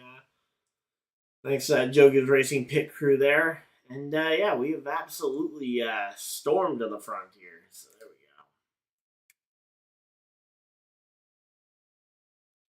go. All right, well, we are. Let's do another 2 packs here. You know, there's still a commercial break, and we're still under caution flag, so you will not miss a thing. So there we go. Again, we are also keeping an eye on this. Caution is out for the end of the stage. When they ended stage 2, they threw a caution flag to, one, allow the NASCAR people to have an easier time counting up the points. Also to help break up the race into the stages a little bit easier for the fans as well, which I will say, as a fan in the stands, it's hard to keep track of exactly when the caution is going to come out for the stage. Yeah, and usually we're looking around for like 5 or 10 seconds looking for what caused the caution. Then we remember, oh yeah, probably the stage end. Yeah, especially at some of the smaller tracks like Bristol, where I've been to Bristol a couple of times, and 99% of the time you're not looking at the big screen that tells you what lap it is and whether or not there's a caution coming. So, yep. Alright, we got 2 packs here. Let's see if we can get through at least one of them here before we go back to racing.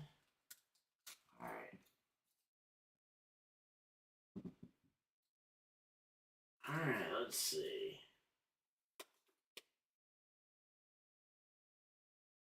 We got the electric energy here.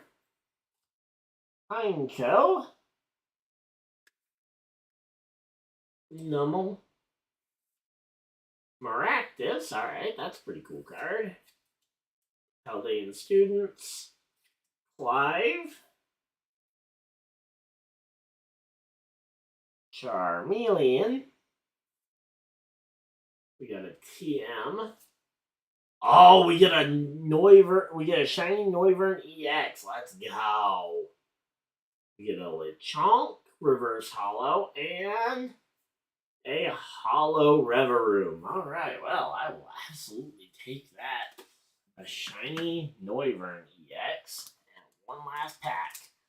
See if we can get some last pack magic here.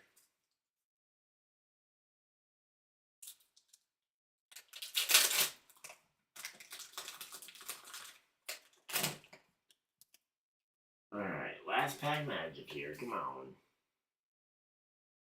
Alright, Psychic Energy. Barboach.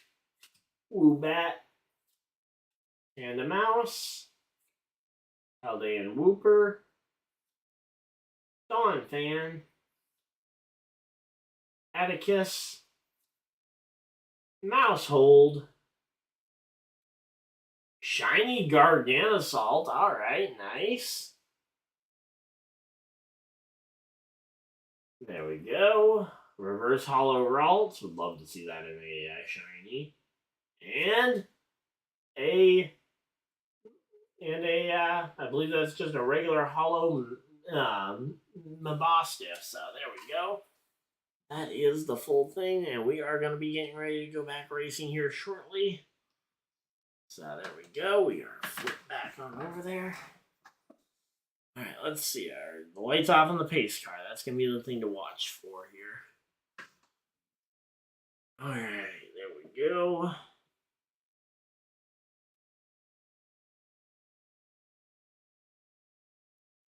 Once again, we're in the same spot as last time, so nope, they're not going green yet, as they are still crossing the line.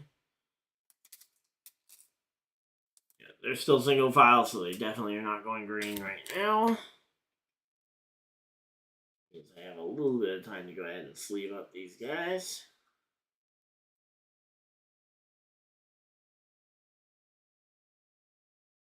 Alright, there we go. So they were doing the choose cone there.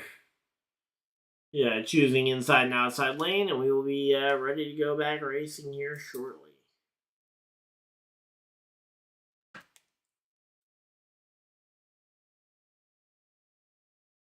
Alright, so lights are off on the pace car. We got Eric Almirola on the inside. We've got Sammy Smith on the outside, so it's going to be a fun one as we get ready to go back racing here. Again, 103 laps to go.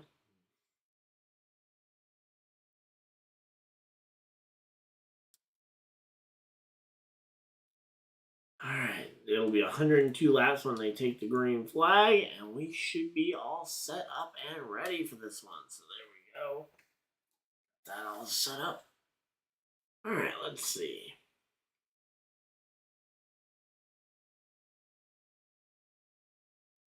Alright, so 103 laps to go here. Alright, restart zone, and here we go. Let's see. Pace car is going to run for cover here. Run away.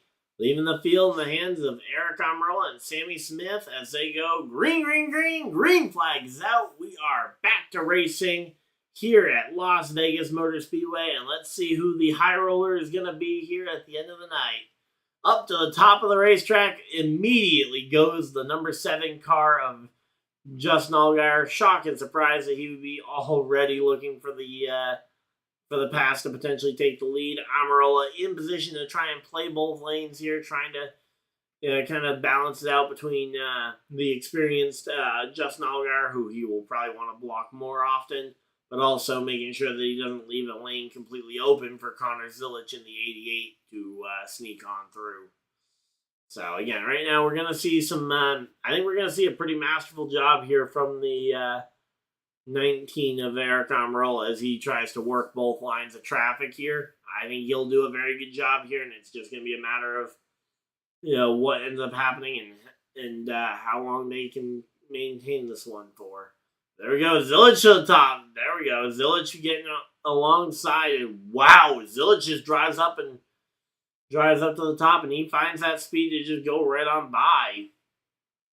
There we go. Zilich maybe finding some speed that he hadn't had before. But there we go. Connor Zilich just drives up to the front of the field. Again, very impressive here early on in the stage. All right, so there we go. We are chilling out here. Hopefully, everybody having a good time. Here comes Nick Sanchez moving his way on through up to 13th spot as he goes by Eckes. And again, right now we are working our way through this one. Let's see. Again, they're just showing the 48 of Nick Sanchez trying to make his way through this field. There goes the 00 Creed looking to try and pass Brandon Jones. Yeah, say Creed drove for Joe Gibbs Racing last year, so the fact that he's having to battle with a Joe Gibbs Racing car, I'm sure is bringing up some poor memories there for him. But here we go again. Brandon Jones versus Sheldon Creed. And it looks like Creed is going to go ahead and get the edge here. There we go. Creed clears him for the spot. There we go. Sheldon Creed up into 8th place here. There we go. The two of Jesse Love goes and passes Sammy Smith. There we go. Yeah, we're making some pretty good passes here. Oh, there we go. Again, 97 laps to go here. Plenty of time still to go, but right now these drivers, they are absolutely pedal to the metal here.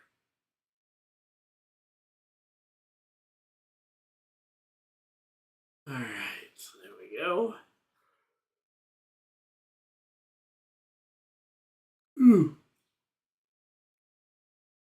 All right, let's see. And Harrison Burton here trying to make a pass on the 39 Orion Sieg, who has recovered himself back up into the top 15, top 10 conversation here. And we've got ourselves a pretty good race going. Again, 96 laps to go. Thank you guys for everybody that has turned up today. I still can't believe we broke 50 people at one point throughout the stream. That is just insane. And the fact that we maintained almost 30 people sitting here just listening to me talk about racing, basically. And again, would love to hear who you guys think is going to win the race. My pre-race pick, Carson Kvapil, not doing the greatest. Again, I feel like the experience of Allgaier would have been the easy pick to have potentially made, but I decided to try and go a little bit riskier, and certainly it is definitely a question mark. But here we go. Connor Zilich actually passed it. As I took the spot away from the fastest lap award away from Sammy Smith, who had it for a while. Connor Zilich by a lot too. Wow, he goes up to a whole different to a whole different mile an hour bracket. 178 mile an hour average lap speed, while the previous record set by Sammy Smith was only a 177.5. A 178.4 for Connor Zilich is just that much faster around this track, and Zilich, again, very convincingly going to go ahead and put up the fastest lap of the day. All right, so there we go. Again, we are just chilling out here. Hopefully, everybody having a good time. All right, we got the 16 at Eckes here. They're working their way through the field, just kind of highlighting everybody that they see. Sam Mayer up in the top 5 is another one that I feel like we haven't been giving a whole lot of credit to, mainly because it's felt very weird that Sam Mayer's been this good, but it doesn't change the fact that Sam Mayer, he knows how to drive, and he is proving it here. All right, so there we go.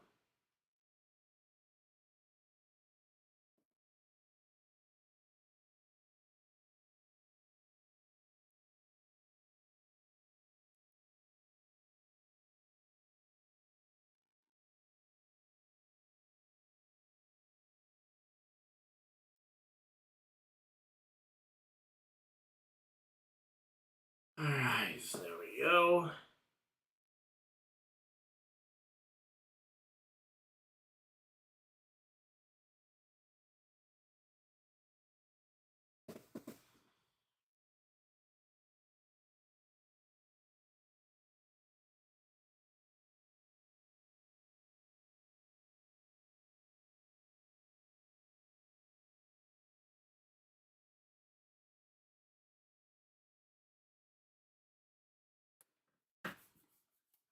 so we got 90 laps to go here.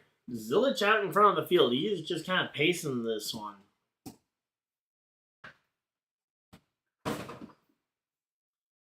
Alright, so there we go. Let's see.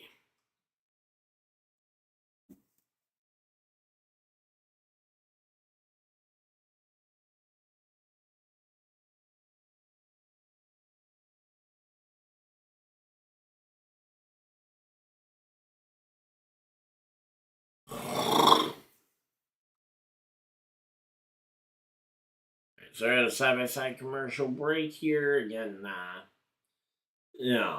Ryan Sieg versus Brandon Jones battling out for the 9th position here. Alright, so there we go.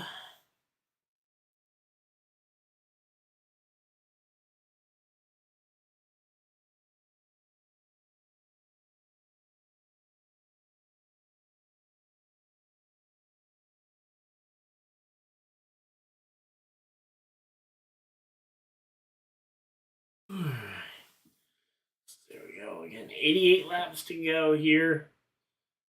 Again, these two drivers, they've been just kind of dogging each other for a little while here now. Brandon Jones not able to break away from Ryan Sieg. Ryan Sieg, though, has not been able to make an effective pass here.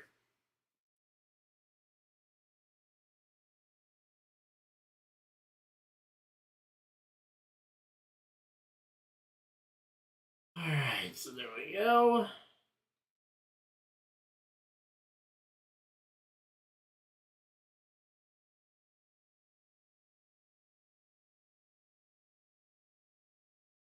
Alright, so again, right now we're working our way through this one. Alright, so yeah, we're just chilling out here. Hopefully everybody having a good time.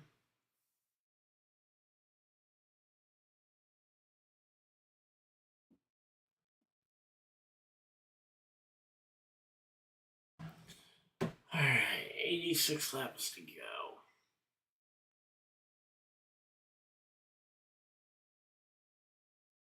Go ahead and set these cards up here.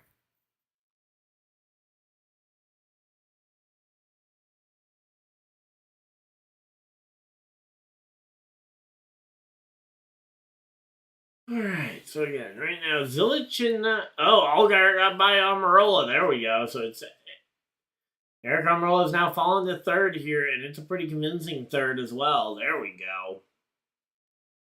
So what we've been waiting to see was how far they were going to go ahead and drop here. But there we go. And Ryan Sieg gets by Brandon Jones. There we go. That's another thing we've been waiting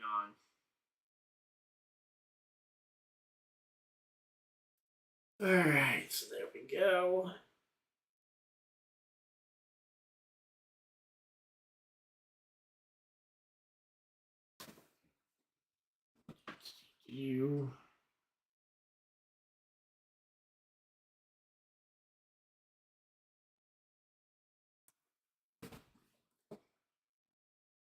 Alright, so I've got they're focusing on Ryan Ellis here, and again, the battle for the lead has definitely become much more of a one-horse race here as the Junior Motorsports team is taking control of the front of this one. Connor Zilich out in front of the field, and honestly, the fact that Zilich is so it's only a 0.2 of a second difference in terms of lap time, but it's almost a full mile an hour faster for Zilich. But yeah, the fact that Zilich and Allgaier are out here again, I expect that Allgaier's experience could win the day, but that does not mean it's going to come easy here. As again, Connor Zilich, he's been an exciting young rookie, and there's a reason for him being why there's been so much excitement about him moving up through the field. And he's even gapping his teammate just a little bit here in the lap by lap here. Again, Kyle Busch making Connor Zilich feel a little bit better after finishing last place in his Cup debut a couple of weeks ago at Circuit of the Americas. So, again, he's already got his win in the Xfinity Series, so he can focus on those couple of cup starts that he will get, in addition to his starts in the to his full-time season in the Xfinity Series, where he can focus on the ovals. Those are the two biggest things I feel like that he needed for this season, was an early road course win to focus on the ovals, that there are a lot of on the schedule, and then two, to be able to that would also allow him to focus on his cup starts, which obviously I don't think it allowed him to focus much on his cup start because it happened in the same weekend. But again, every little bit counts.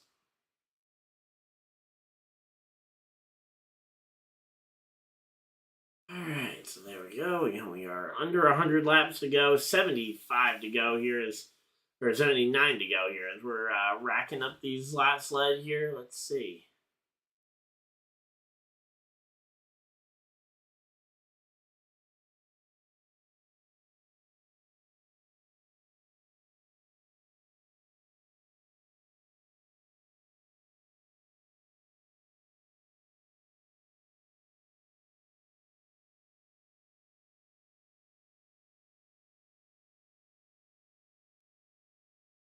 Alright, here we go. Let's see, 78 laps.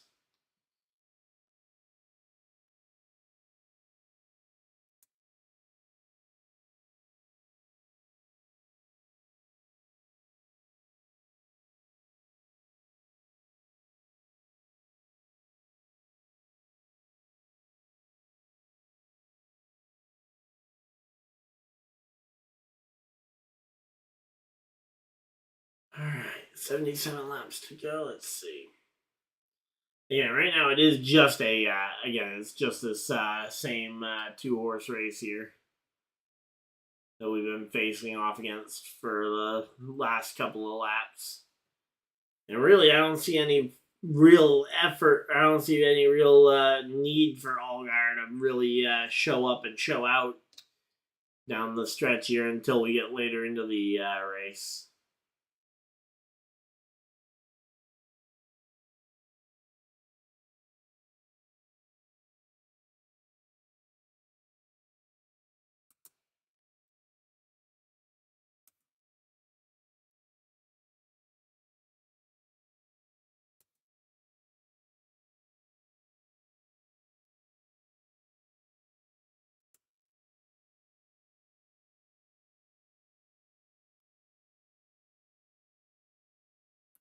Alright, so again, we're just chilling out here.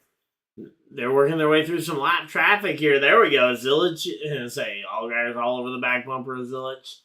But again, the question being is,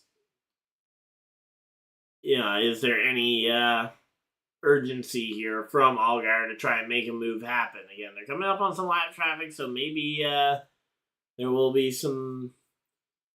There might be some things to keep an eye on, but as of right now, at least.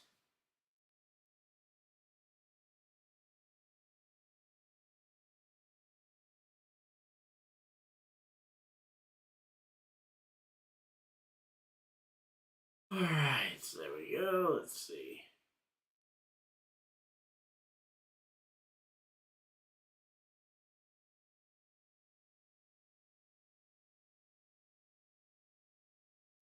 Here we go, to the bottom of the racetrack. There we go. Allgaier going to the inside. He had the lead at the line. Zilich, though, on the top side trying to fight back.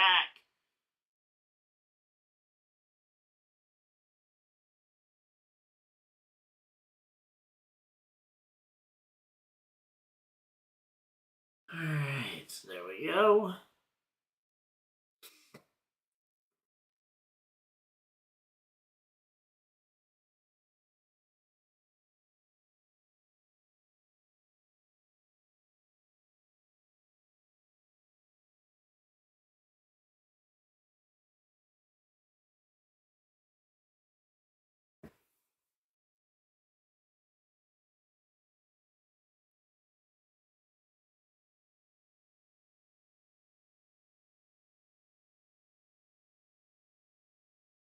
Alright, let's see. How do you spell Amarola? Okay. Almir Ola.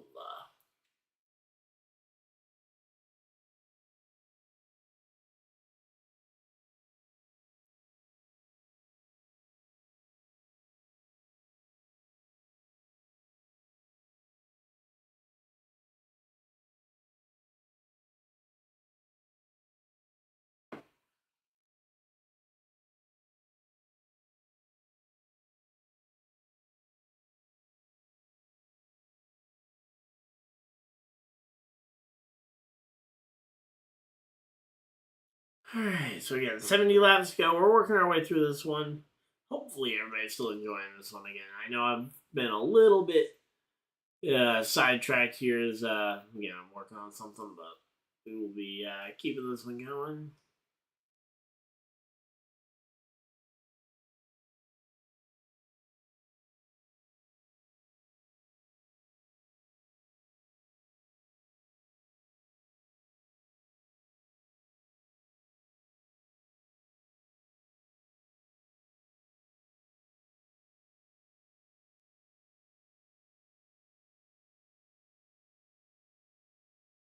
Alright, so there we go. 69 laps to go here, and again, Allgaier is starting to put a little bit of a gap between himself and Zilich. But Zilich still hanging within half a second or so. But again, I think we might be starting to see Allgaier start to pull away. And again, the question being is when and if we'll see another caution flag. It is very possible we could see this one run green to the checker, but that would be a long way. Yep. Yeah, Sean. Amarola. I was just spell checking captions on my short that's going to be coming out here in a minute. So. And it definitely had Amarola's name misspelled because it was using voice to text essentially to do my captions, and I was trying to just kind of go over my head how to spell it because, yep. But Eric Amarola holding on to that third position. He's actually not all that far back, and he's about to be in a battle with Zilich for the runner-up spot right now, so definitely a position where we could see something happen here.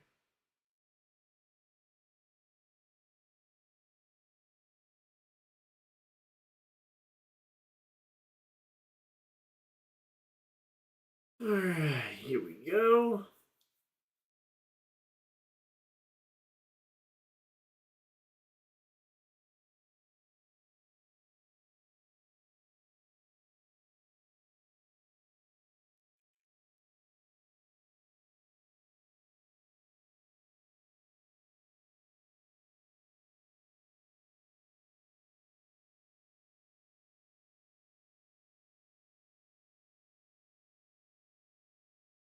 Alright, 65 laps to go again. It feels like we've been at side-by-side commercials for a decent chunk of this final stage so far. I mean, we've only had the one caution for contact so far, which is definitely feels a little strange, but so far it's been very good here.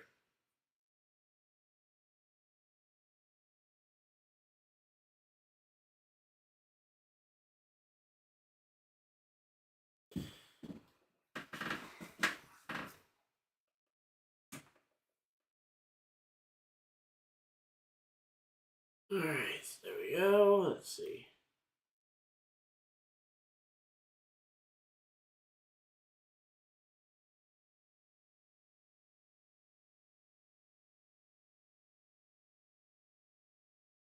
Alright, so here we go. Amarola catching up to the back bumper of Zilich here. Getting on that back corner. There we go. Forces Zilich up the track, and now Amarola to the bottom of the racetrack is going to go ahead and take this one.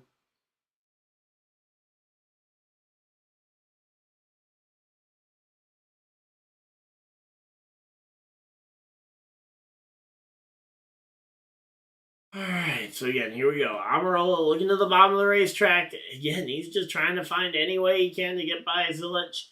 As of right now, though, Allgaier using this to his advantage is going to absolutely just take this one away from any chance of... he's going to try and use this to end any hope of a difference maker here for for the rest of the field here. Yeah, he's already got a 1.5 second lead here.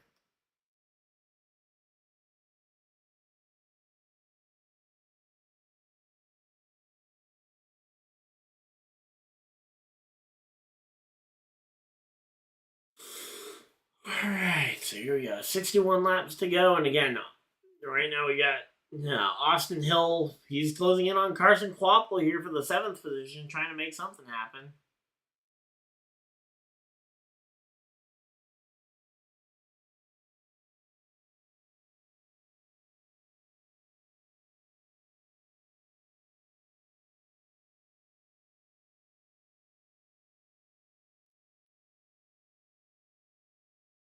All right, so there we go. Austin Hill is again. Austin Hill trying to get by Kvapil here. It's not going to be easy, but again, right now I think the biggest thing to worry about here, Almirola getting by Zilich. There we go. That's going to be big.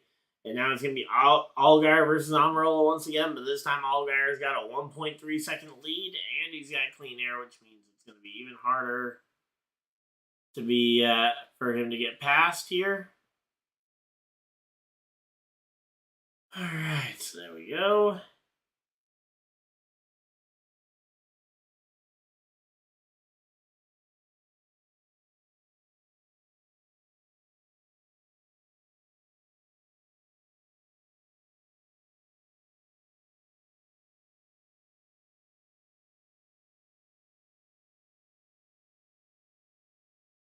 All right.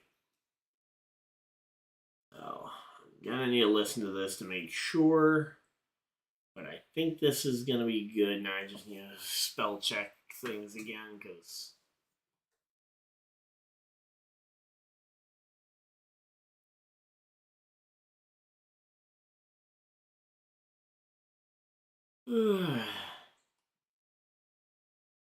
But yeah, so again, Almirola, he's starting to catch the 7th of Allgaier here, but the problem is Allgaier is just absolutely in a league all his own tonight.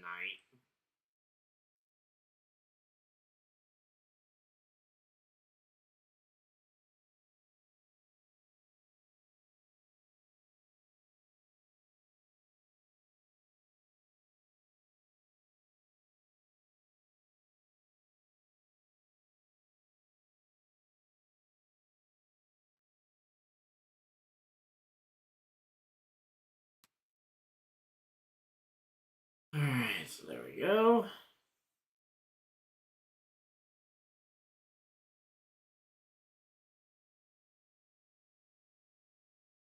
Alright. So again, we've still got over 50 laps to go. We are not missing anything here. And Sam Mayer coming to pit road, the first driver to potentially bite and come to pit road early here.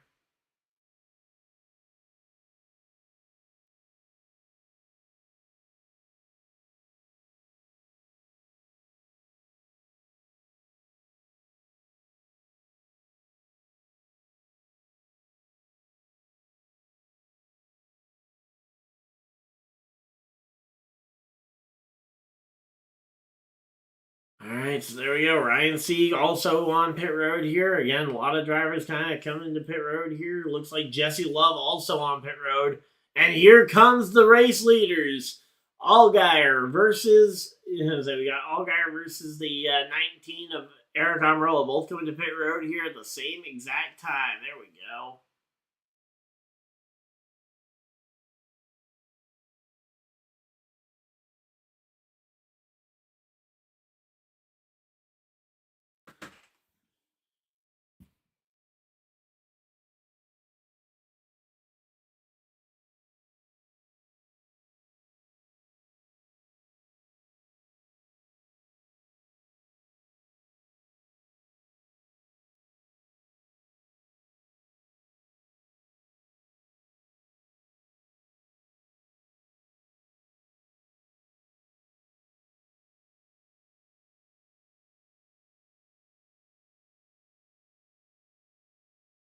Alright, so there we go. Zilich on pit road. Austin Hill coming to pit road. Again, a lot of people cycling through pit road. And currently Kyle Sieg is cycled to the race lead. Daniel Dye, Anthony Alfredo, Brennan Poole, the top 4. There we go.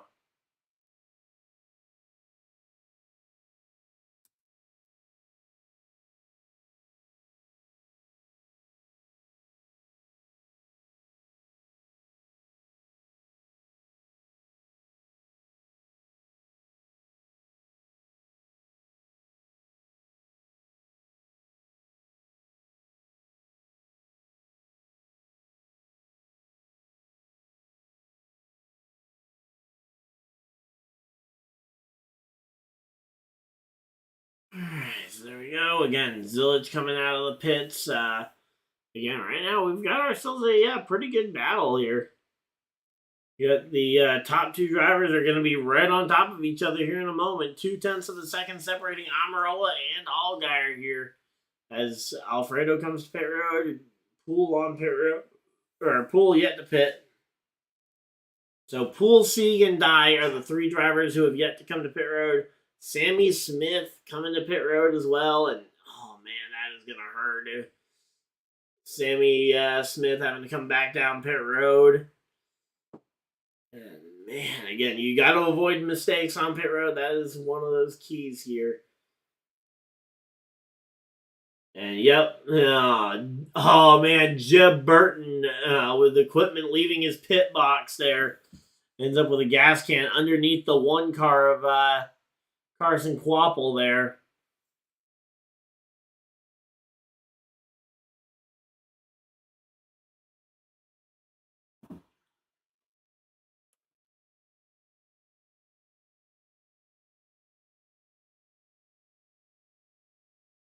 Alright, so there we go.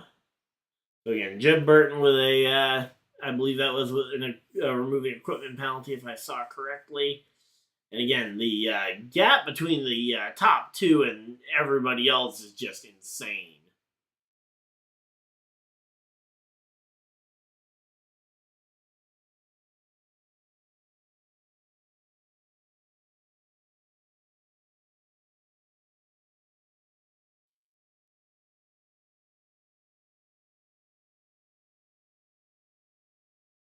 Alright, so there we go. Yeah, now Daniel Dye coming to pit road, and that's going to pretty much fully cycle everybody around here. And again, Eric Almirola, Almirola actually won the race off pit road between the 2, but then got caught immediately in some lap traffic here, allowing Justin Allgaier to sneak on through. Alright, so let me go ahead and give this a listen, because I need to know if I need to adjust the caption here. Alright, so here we go. Let's see. If I need to adjust the caption, I will.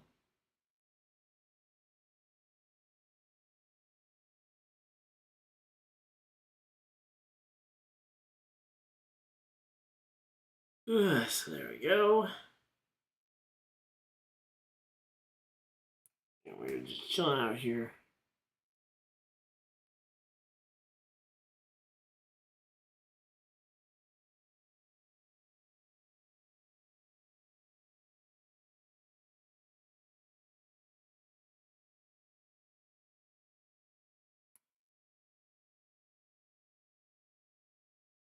Alright, so there we go. Again, Connor Zillage here coming to Zillage trying to get around the 16 here of Christian Eckes. Alright, everything is cycled around here, but man, it has not been a weird bit here.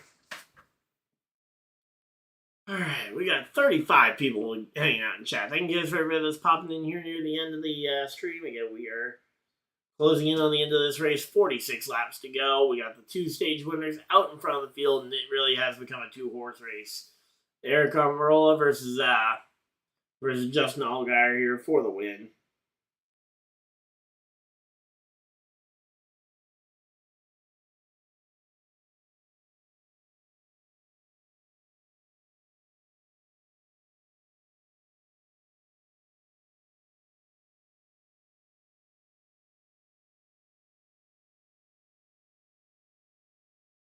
Alright, there we go.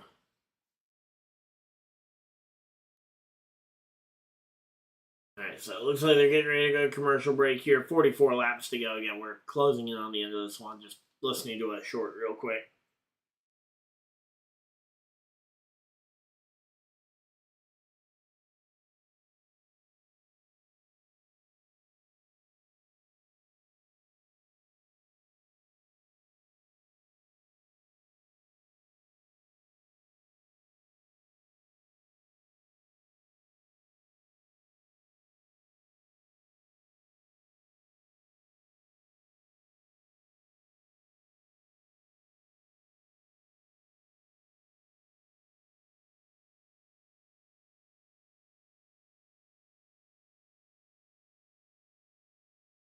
Okay, so okay, so I was pretty sure I needed to adjust the clip there because I'm pretty, and yeah, that was absolutely what needed to happen. So, and I just need to listen to what parts of that need to be deleted at the end there. Two.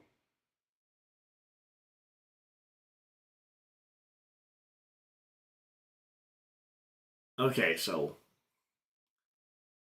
all right, so that's what that was. Okay, so Justin Allgaier,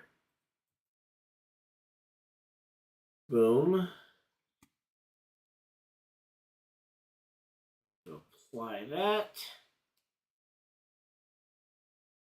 and then just need to remove caption. Remove caption and remove caption. All right, and we should have our finish short here. There we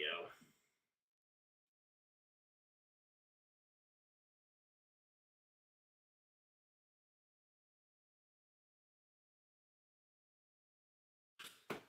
All right, so there we go.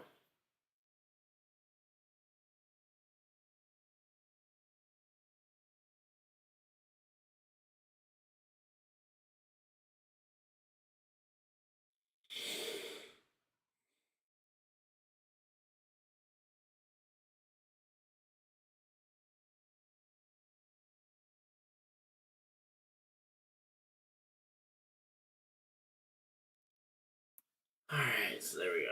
Again, 39 laps to go. We will have the short ready to go shortly, and we will be ready to go. It's been a minute since we got multiple shorts up in one day. All right, so there we go. Again, we are just chilling out here. Hopefully, everybody having a good time. They're coming back from commercial break here. Again, 44 laps to go. Should be good.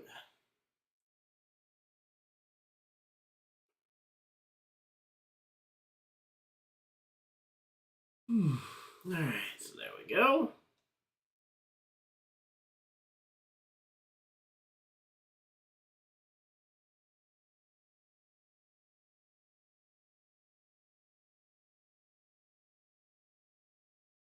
I need to delete that.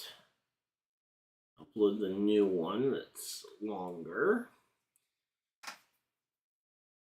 Alright, here we go. 37 laps to go. Allgaier, he's now stretched it to nearly a 2-second lead over Eric Almirola. Sam Mayer and the rest of them are over 10 seconds further back down the road, so it is a long ways back.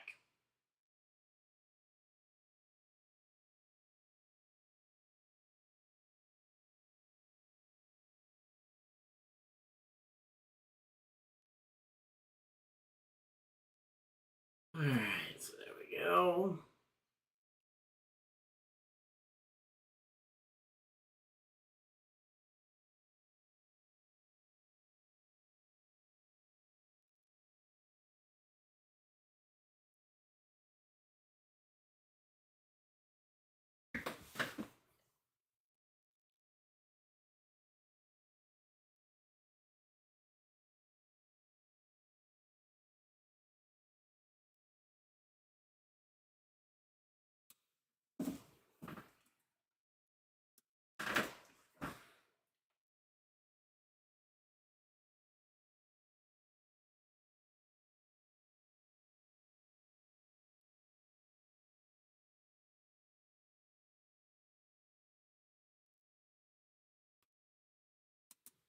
Alright, there we go. Oh, wow. I say, literally almost. Wow. Eric Almirola's Xfinity Series debut. This, it's his almost exactly, coming up on nearly 20 years. A couple days ago was his 18th anniversary of his first Xfinity Series start.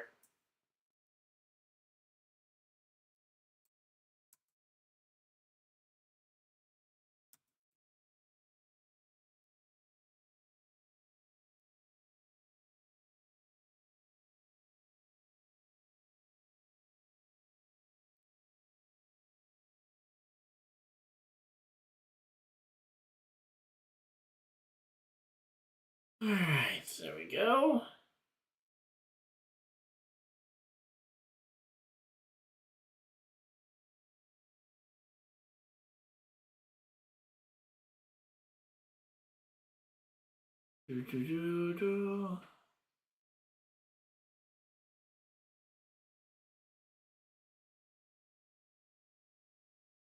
Alright, there we go.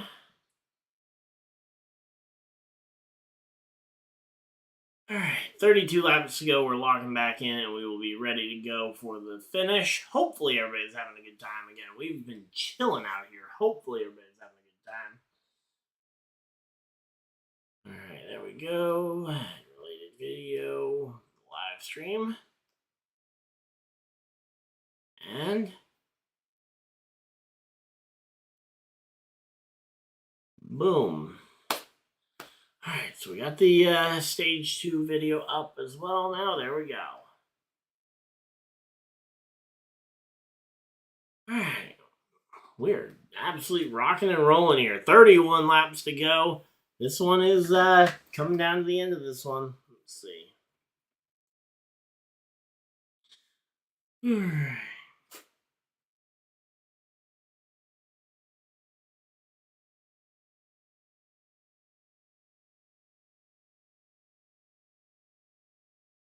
Alright, so 30 laps to go, and again, right now, Amarola and Allgaier, they're the only guys within a quarter mile of the win here.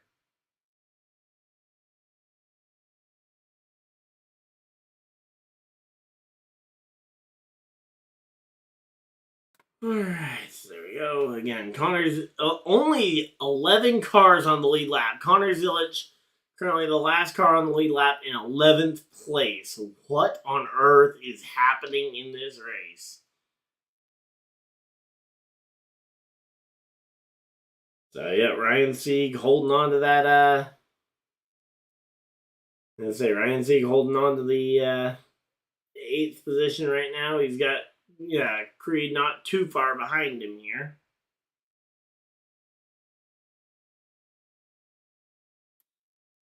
Alright, so there we go.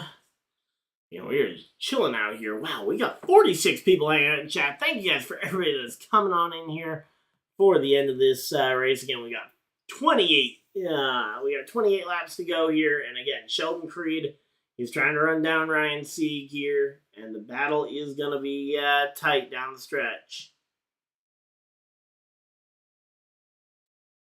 All right, so there we go.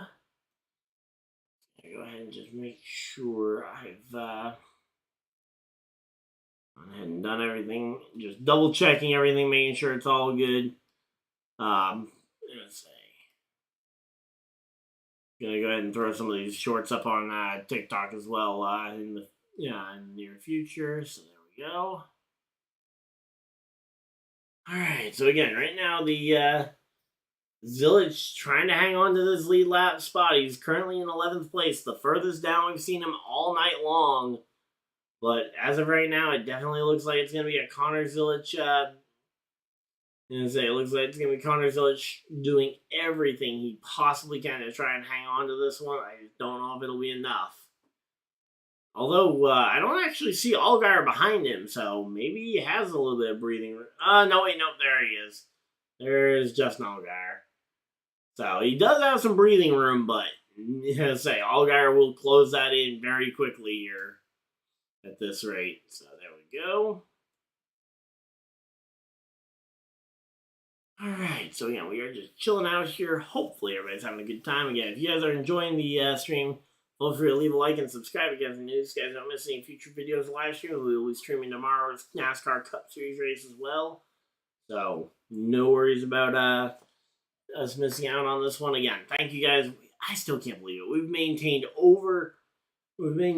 almost 30 people for nearly the entire race here.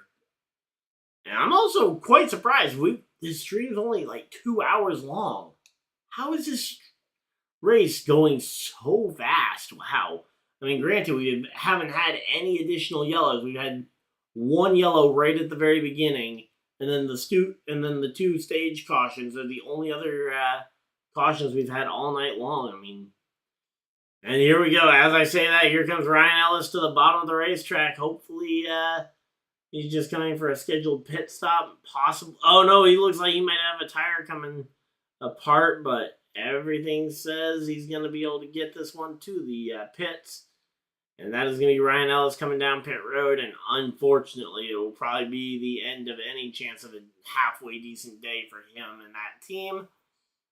And, oh, okay, no, maybe he was just, maybe he just needed a splash of fuel there, because he hooked up to a fuel tank for a very short moment, and then went back out, so. If he did run out of gas, I mean, I don't know how much you really need to worry about that, because at this point, you've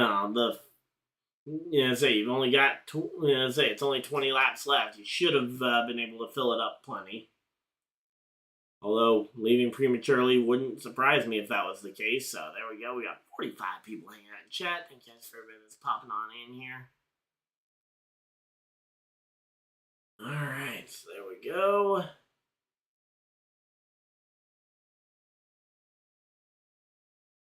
We are chilling. Alright, so there we go. 21 laps remaining. 21 more times around here, and the question becomes, what can happen here, and what will happen here? Those are two very big questions, and again, so far, so Ty Dillon in the 11 there is trying to separate them out and showing a replay of what happened in at Atlanta, where showing what happened in Atlanta, then the result of what happened with Amarola at the end of the Phoenix race. So he's definitely played both sides of this one. He's been involved in two very close Allgaier losses. He pushed Austin Hill to a win over Justin Allgaier at the Atlanta race, and then he went and also took the victory last week over Justin Allgaier, who finished in a very close third place after the contact with Alex Bowman in the final corner. So a very interesting start to this season here. And again, Eric Almirola, he's only part-time, but so far he is making himself a bit of a rival here in Justin Allgaier. But here we go. On the long run, Eric Almirola has caught right back up to the back bumper of the 7 here. So I'm curious if the 7 can go ahead and keep up here. Again, we got the 19 versus the 7 here. 18 laps to go. Only 18 more times around. We're getting close to the end of this one. And again, so far, Almirola's been able to catch the back bumper of Allgaier. We have not seen Almirola really make any real passing attempt yet. We've seen a couple of situations where he's gotten to the back bumper of Allgaier, maybe looking to try and move Allgaier rather than trying to change up his lane to try and find the clean air. Would be an interesting strategy, although I would rather see him try and make the pass himself rather than just knock the other guy out the way. Especially after what he did at Phoenix, it would help to diversify yourself a little bit rather than just becoming known as the guy who knocked 3 people out of the way for wins. Which, obviously, I personally don't believe there was anything wrong with the way Almirola did it last week. But if you do it that way 3, 4, 5 weeks in a row, people will start to ask questions here. Alright, so there we go. me just check my email because one of the podcast guys said he was going to be sending some stuff over. So, all right. So there's the race picks document.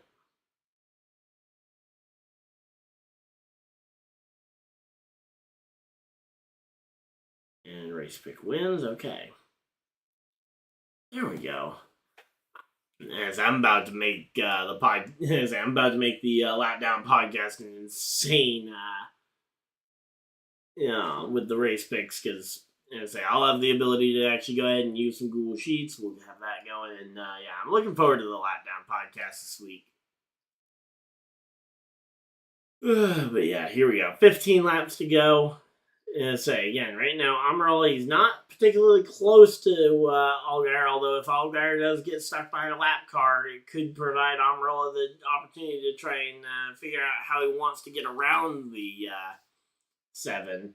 But again, right now, I don't see any lap car particularly in front of him. The next car is that blue car that is still a decent chunk away up the road, which, again, is just a question of, because we've seen this in IndyCar where guys like Scott Dixon will intentionally slow down the pace, especially when he knows he's got the dirty air, to try and help slow himself down. But okay, that's the 4 Parker Retzlaff.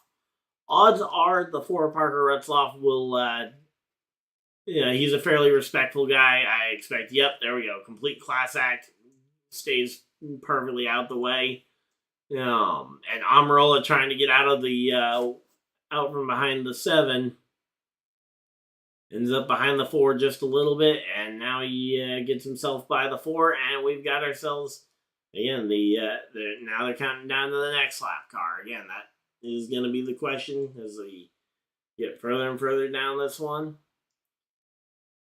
Again, these the lap down cars here getting out of the way of the 7 a little bit more than I expected. I thought maybe they might put up a little bit more of a fight, even though they are. No, never mind. Both those cars are multiple laps down there. I didn't realize. I thought maybe 1 or 2 of them were like 1 lap off the pace, but Retzlaff was 1 lap behind the race, but the others are multiple down. So here we go again. Zilich versus Creed battling it out for the last spot on the lead lap, which is going to be fun if they're battling for position as Justin Allgaier gets to him. Although, again, at this point, I'm not sure we see them get to him. Again, 11 laps to go. It's not a long one here. Not a lot of racing left to go. All right, so here we go. We got ourselves the battle down the stretch. All right. 10 laps to go. 10 more times around. Justin Allgaier, Aric Almirola fighting it out. The battle for the first position here. Allgaier, Almirola. Again, these two are racing to try and get to these lap cars first, because if the 7 catches these lap cars at a bad spot, the 19 could easily take advantage and take the spot. And at this point, if you lose this track position to the 19 of Almirola, I don't think Almirola gives it back up. But right now, the 7 is in the control seat. Now, if they catch Creed, that's an interesting one. If Zilich is the car that they catch, Zilich could play defensive here to try and help out Allgaier, but obviously he won't want to hurt his own finishing performance. And Carson Kvapil coming to pit road. Carson Kvapil driving the number 1 car, and he is coming down to pit road here. What an unfortunate set of circumstances here for Carson. He and the Junior Motorsports cars having a legendary day here. Let's go ahead and just turn off ads for the rest of the race, and we will go ahead and enjoy the rest of this race in peace and quiet here. So there we go. Or not peace and quiet, but no interruptions from ads the rest of the way, which I think everybody appreciates here. 8 laps to go. Again, Almirola, Allgaier, they are fighting their way to this one. Again, Allgaier is managing to keep just enough of a gap between them. Now, again, the question is, who are these lap cars that they're catching? Are they Toyotas? Are they Chevys? Are they going to play friendly with the 7? Here we go. Okay, Garrett Smithley in the Chevy. Hangs right on the bottom of the racetrack. Lets them both by nice and easy. Didn't put up any sort of a fuss there. Nick Sanchez in the 48. He is only one lap down, and I could see him potentially putting up a little bit of a fuss about going a lap down. But he's also in a Chevy, so he could also see playing the manufacturer game here as the loyal thing to do, which, again, there's no reason that he has to go ahead and work with the help the 7 out here, but they are both bow ties, and if he finds himself in a natural position to help the 7, sure, it might happen. But nope, there we go. Nick Sanchez right to the top of the track and lets them both go right on by. 5 laps to go. 5 more times around. We are sitting here we got 57 people hanging out in chat. Thank you guys for everybody that has tuned in here for the finish of this race. 5 laps to go here in the NASCAR Xfinity Series race. And here we go. The 31 of Blaine Perkins to the bottom of the racetrack. There we go. Nice and easy. No fuss being given by Blaine Perkins, as Eric Almirola and Allgaier are both underneath the bottom there, and they are going to go ahead and take the top spots here. Again, 4 laps to go. We're just waiting to see. Again, Creed, Zilich. Creed and Zilich have both moved up off the 11th. Oh, wait, no, sorry, Kyle Sieg. Creed and Zilich. There's only 10 lead lap cars remaining here. So we've got the 10 cars on the lead lap, and it's Creed and Zilich still fighting it out. Looks like Creed has lost out on the spot, so he will be the next lap car, and yet he is right in front of the leaders. So Sheldon Creed, 3 laps to go. Sheldon Creed is just ahead of both of the leaders here. Again, he is on the lead lap. He doesn't necessarily, I'm sure he doesn't want to give up the lead lap finish here. He's currently sitting in the 10th position as well. But again, here comes Eric Almirola. He's got a car coming up behind him. Not sure if it's a car that will have the pace to try and pass him, but there we go. Yeah, okay, Sheldon Creed plays very nice with, extremely nice with the 7. Wow, he got way out the way, gets back in line, and is just going to kind of wait to see if he can also get out the way of Eric Almirola, which, if he does, I think that will be the respectful thing to do, but as of right now, he's not seeing an express need to go ahead and make the overt gesture to get out the way here. And it looks like it will be Justin Allgaier coming out of turn number 4. Coming towards the start-finish line. White flag. 1 lap to go. One more time around here at the Las Vegas Motor Speedway here. The Liuna 300 here from the Las Vegas Motor Speedway. Lap 200. 300 miles of racing have been completed here in nearly record time. And Justin Allgaier on pace to lap everybody but the top 9. What a great day. What a dominating day for Stage 1 winner Justin Allgaier. Stage 1 winner, 2nd place in Stage 2. And now, the race winner in Las Vegas. Race winner Justin Allgaier. Almirola comes home 2nd. 3rd place will end up being in about 10 seconds or so. We will figure out who gets it. Hey, Kona Ice, how's it going? Alright, so there we go. Jesse Love going to come home in the 3rd position here as everybody else dueling it out to the checkered flag. Hill, Mayer coming across to 4th and 5th there. Brandon Jones 6th, 7th Ryan Sieg, 8th Harrison Burton, 9th Connor Zilich, and rounding out the top 10 will be Sheldon Creed here tonight. So that is your top 10 finishers. As per usual, we will go through the full finishing results as we typically do. But man, what a cool finish there! Again, Allgaier absolutely dominating the day. Controlling it almost the entire way through. Average running position of 2.05. I mean, he had control of this thing from basically lap 1 all the way through. And there we go. 9th consecutive season with a win. Ties the longest streak of all time. Ties himself with Kyle Busch and Mark Martin for that one. And if he can win a race next year, which I see no reason why he wouldn't win a race next year, he could be the sole owner of that record of the longest win streak in the NASCAR Xfinity Series. Man, that would be longest consecutive seasons with a win. Sorry, not longest win streak, but yeah, consecutive seasons with a win. But there we go. Opening up the hood, or opening up the roof flap there. Gonna climb on out of there, and is that his dad or his crew chief coming down to celebrate with him? I know they were highlighting his dad there.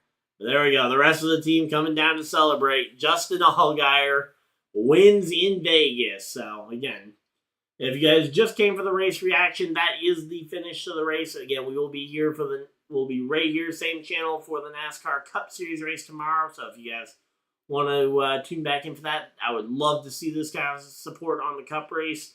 But until next time, for those of you guys, feel free to leave a like, subscribe. You guys know you guys don't miss any future videos or live streams.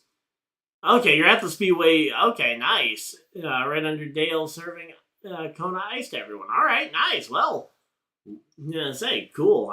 I've never been to Vegas. I would love to go see a race at the Vegas Motor Speedway. I've heard that the garage area is amazing, but yeah, everybody just walking by. Yep. So again, thank you guys for everybody that tuned in. Again, as per usual, just like the end credits, we will go ahead and read through the finishing positions of every single driver as we get down to the end of this one. But again, hopefully everybody enjoyed this race. And again, tomorrow, the race is at 3:30 Eastern time. Expect our stream to start around 3 o'clock. So I might be a tad bit later than that, just because I will be at a card show before it. So thank you guys though for watching, and let's go ahead and get through this. Let's go down the leaderboard here. So real quick, obviously we had. Oh, come on, keeps messing up my screen region here. There we go. Alright, so obviously we talked about Justin Allgaier a lot. Justin Allgaier, Eric Almirola, both of them getting them getting the top two spots. They were the two fastest cars all day today, and no one deserved it more than those two. Jesse Love with a third place finish. That was pretty impressive. I mean, he was so far behind the rest of them. But Jesse Love and Austin Hill both coming home with top 5 days. Good job for the RCR camp. Hopefully, Kyle Busch can maybe get a win for RCR this weekend. Sam Mayer coming home in the 5th position. Good job on him. Then we got Brandon Jones in 6th. 7th will be the 7th, as we mentioned, Ryan Sieg. He had to fight through an issue early on in the race. He ends up coming back to a 7th place finish. Harrison Burton in the AM Racing car coming home to an 8th place finish. That is very impressive there. Connor Zilic coming home 9th, last car on the lead lap. Again, he had a very good run all the way up until the very end of this one. 28 laps led on the day for Connor Zilic, and just never quite had the same speed that Justin Allgaier had. Sheldon Creed getting lapped there right near the end of the race. Again, he showed great sportsmanship in how he let himself go a lap down. Comes home to finish 10th, and very proud of Sheldon Creed to go ahead and again perform that well. Kyle Sieg with an insanely consistent day, ran inside the top 15 almost all day long. Comes home with an 11th place finish. Would have loved to have seen him get the top 10 to just to have a number in the top 10 column, but great day for Kyle Sieg. Hopefully he can build on that. Daniel Dye coming home in the 12th position, driving that number 10 car. Not a bad day for Daniel Dye. Obviously another Xfinity Series rookie, so just trying to get his feet wet. Christian Eckes driving the number 16 car, coming home in the 13th position. Sammy Smith coming home 14th, one lap off the pace as well. And then Dean Thompson rounds out our top 15 finishers here today as he finishes 15th place. Who won? It was Justin Allgaier is our race winner. So, but yeah, so then we had Matt DiBenedetto coming home in the 99. Yeah, and then we had Matt DiBenedetto coming home in the Viking Motorsport number 99 car here. Great job for him. Again, that team, they're just trying to build consistency to potentially find speed later on in the year, but they just need to, again, build consistency is the biggest thing for Viking Motorsports, as they are a relatively new team. Carson Kvapil coming home in the 17th position. Again, he had just I'm not sure what caused him to make that final, that extra pit stop there at the end, but that really hurt his day. Then Anthony Alfredo coming home 18th. He will be the last car 1 lap down. Taylor Gray 2 laps down in 19th place. He was having a good day early on until, I guess, just didn't have the same speed that his teammate Amarola had. Nick Sanchez coming home 2 laps off the pace, as it was a duel to the finish there, and ultimately Sanchez does a good job of just getting out of the way and avoiding being a storyline. Parker Retzloff in 21st, Brennan Poole 22nd, Jeb Burton 23rd, all 3 of those drivers finishing 2 laps off the pace. Then we have Jeremy Clements coming home 3 laps off the pace in the 51 car, finishing 24th. Chris Wright having a nice quiet day in the 5 car, coming home 25th place, 4 laps off the pace. Blaine Perkins, another driver, coming home 5 laps off the pace in 26th. 27th for Garrett Smithley, 6 laps off the pace. Patrick Emmerling driving the number 07 car, 6 laps off the pace in 28th place. Josh Williams, he ended up having to get out the car partway through, gets subbed in for Ty Dillon, and ultimately finishes 6 laps off the pace in 29th. Leland Honeyman Jr. coming home will round out our top 30 finishers here, 6 laps off the pace. Josh Balicki coming home 7 laps shy of the checkered flag after he had a flat tire around the midway point. Dawson Cram coming home in the 32nd position, driving car number 74, 8 laps shy of the checkered flag. Joey Gase comes home in the 33rd position, 9 laps off the pace. Ryan Ellis, after that late pit stop, he ends up coming down 19 laps shy of the checkered flag in 34th. Greg Van Alst, 21 laps shy of the checkered flag in 35th, and that will round out our top 35 finishers. Austin Green, 61 laps shy of the checkered flag in 36th. Mason Massey, 87 laps shy of the checkered flag in 37th. And William Sawalich, out of the race on lap 1, comes home 38th and dead last, and that will round out our full field here tonight. Thank you guys for everybody that has stuck around again. Thank you guys for watching this stream. Hopefully you guys enjoyed it. If you guys did enjoy the stream, feel free to leave a like, subscribe if you guys are new, so you guys don't miss any future videos or live streams. And go ahead and check out some of the shorts. We made a short for the Stage 2 finish, but until next time, again, we will be back tomorrow around 3 p.m. Eastern Time. So hopefully we will see you guys there for the Cup race. But until next time, hopefully you guys enjoyed, and I'll see you guys next video, live stream, whatever you guys decide to do with the rest of your night. Have a great night, everybody, and goodbye!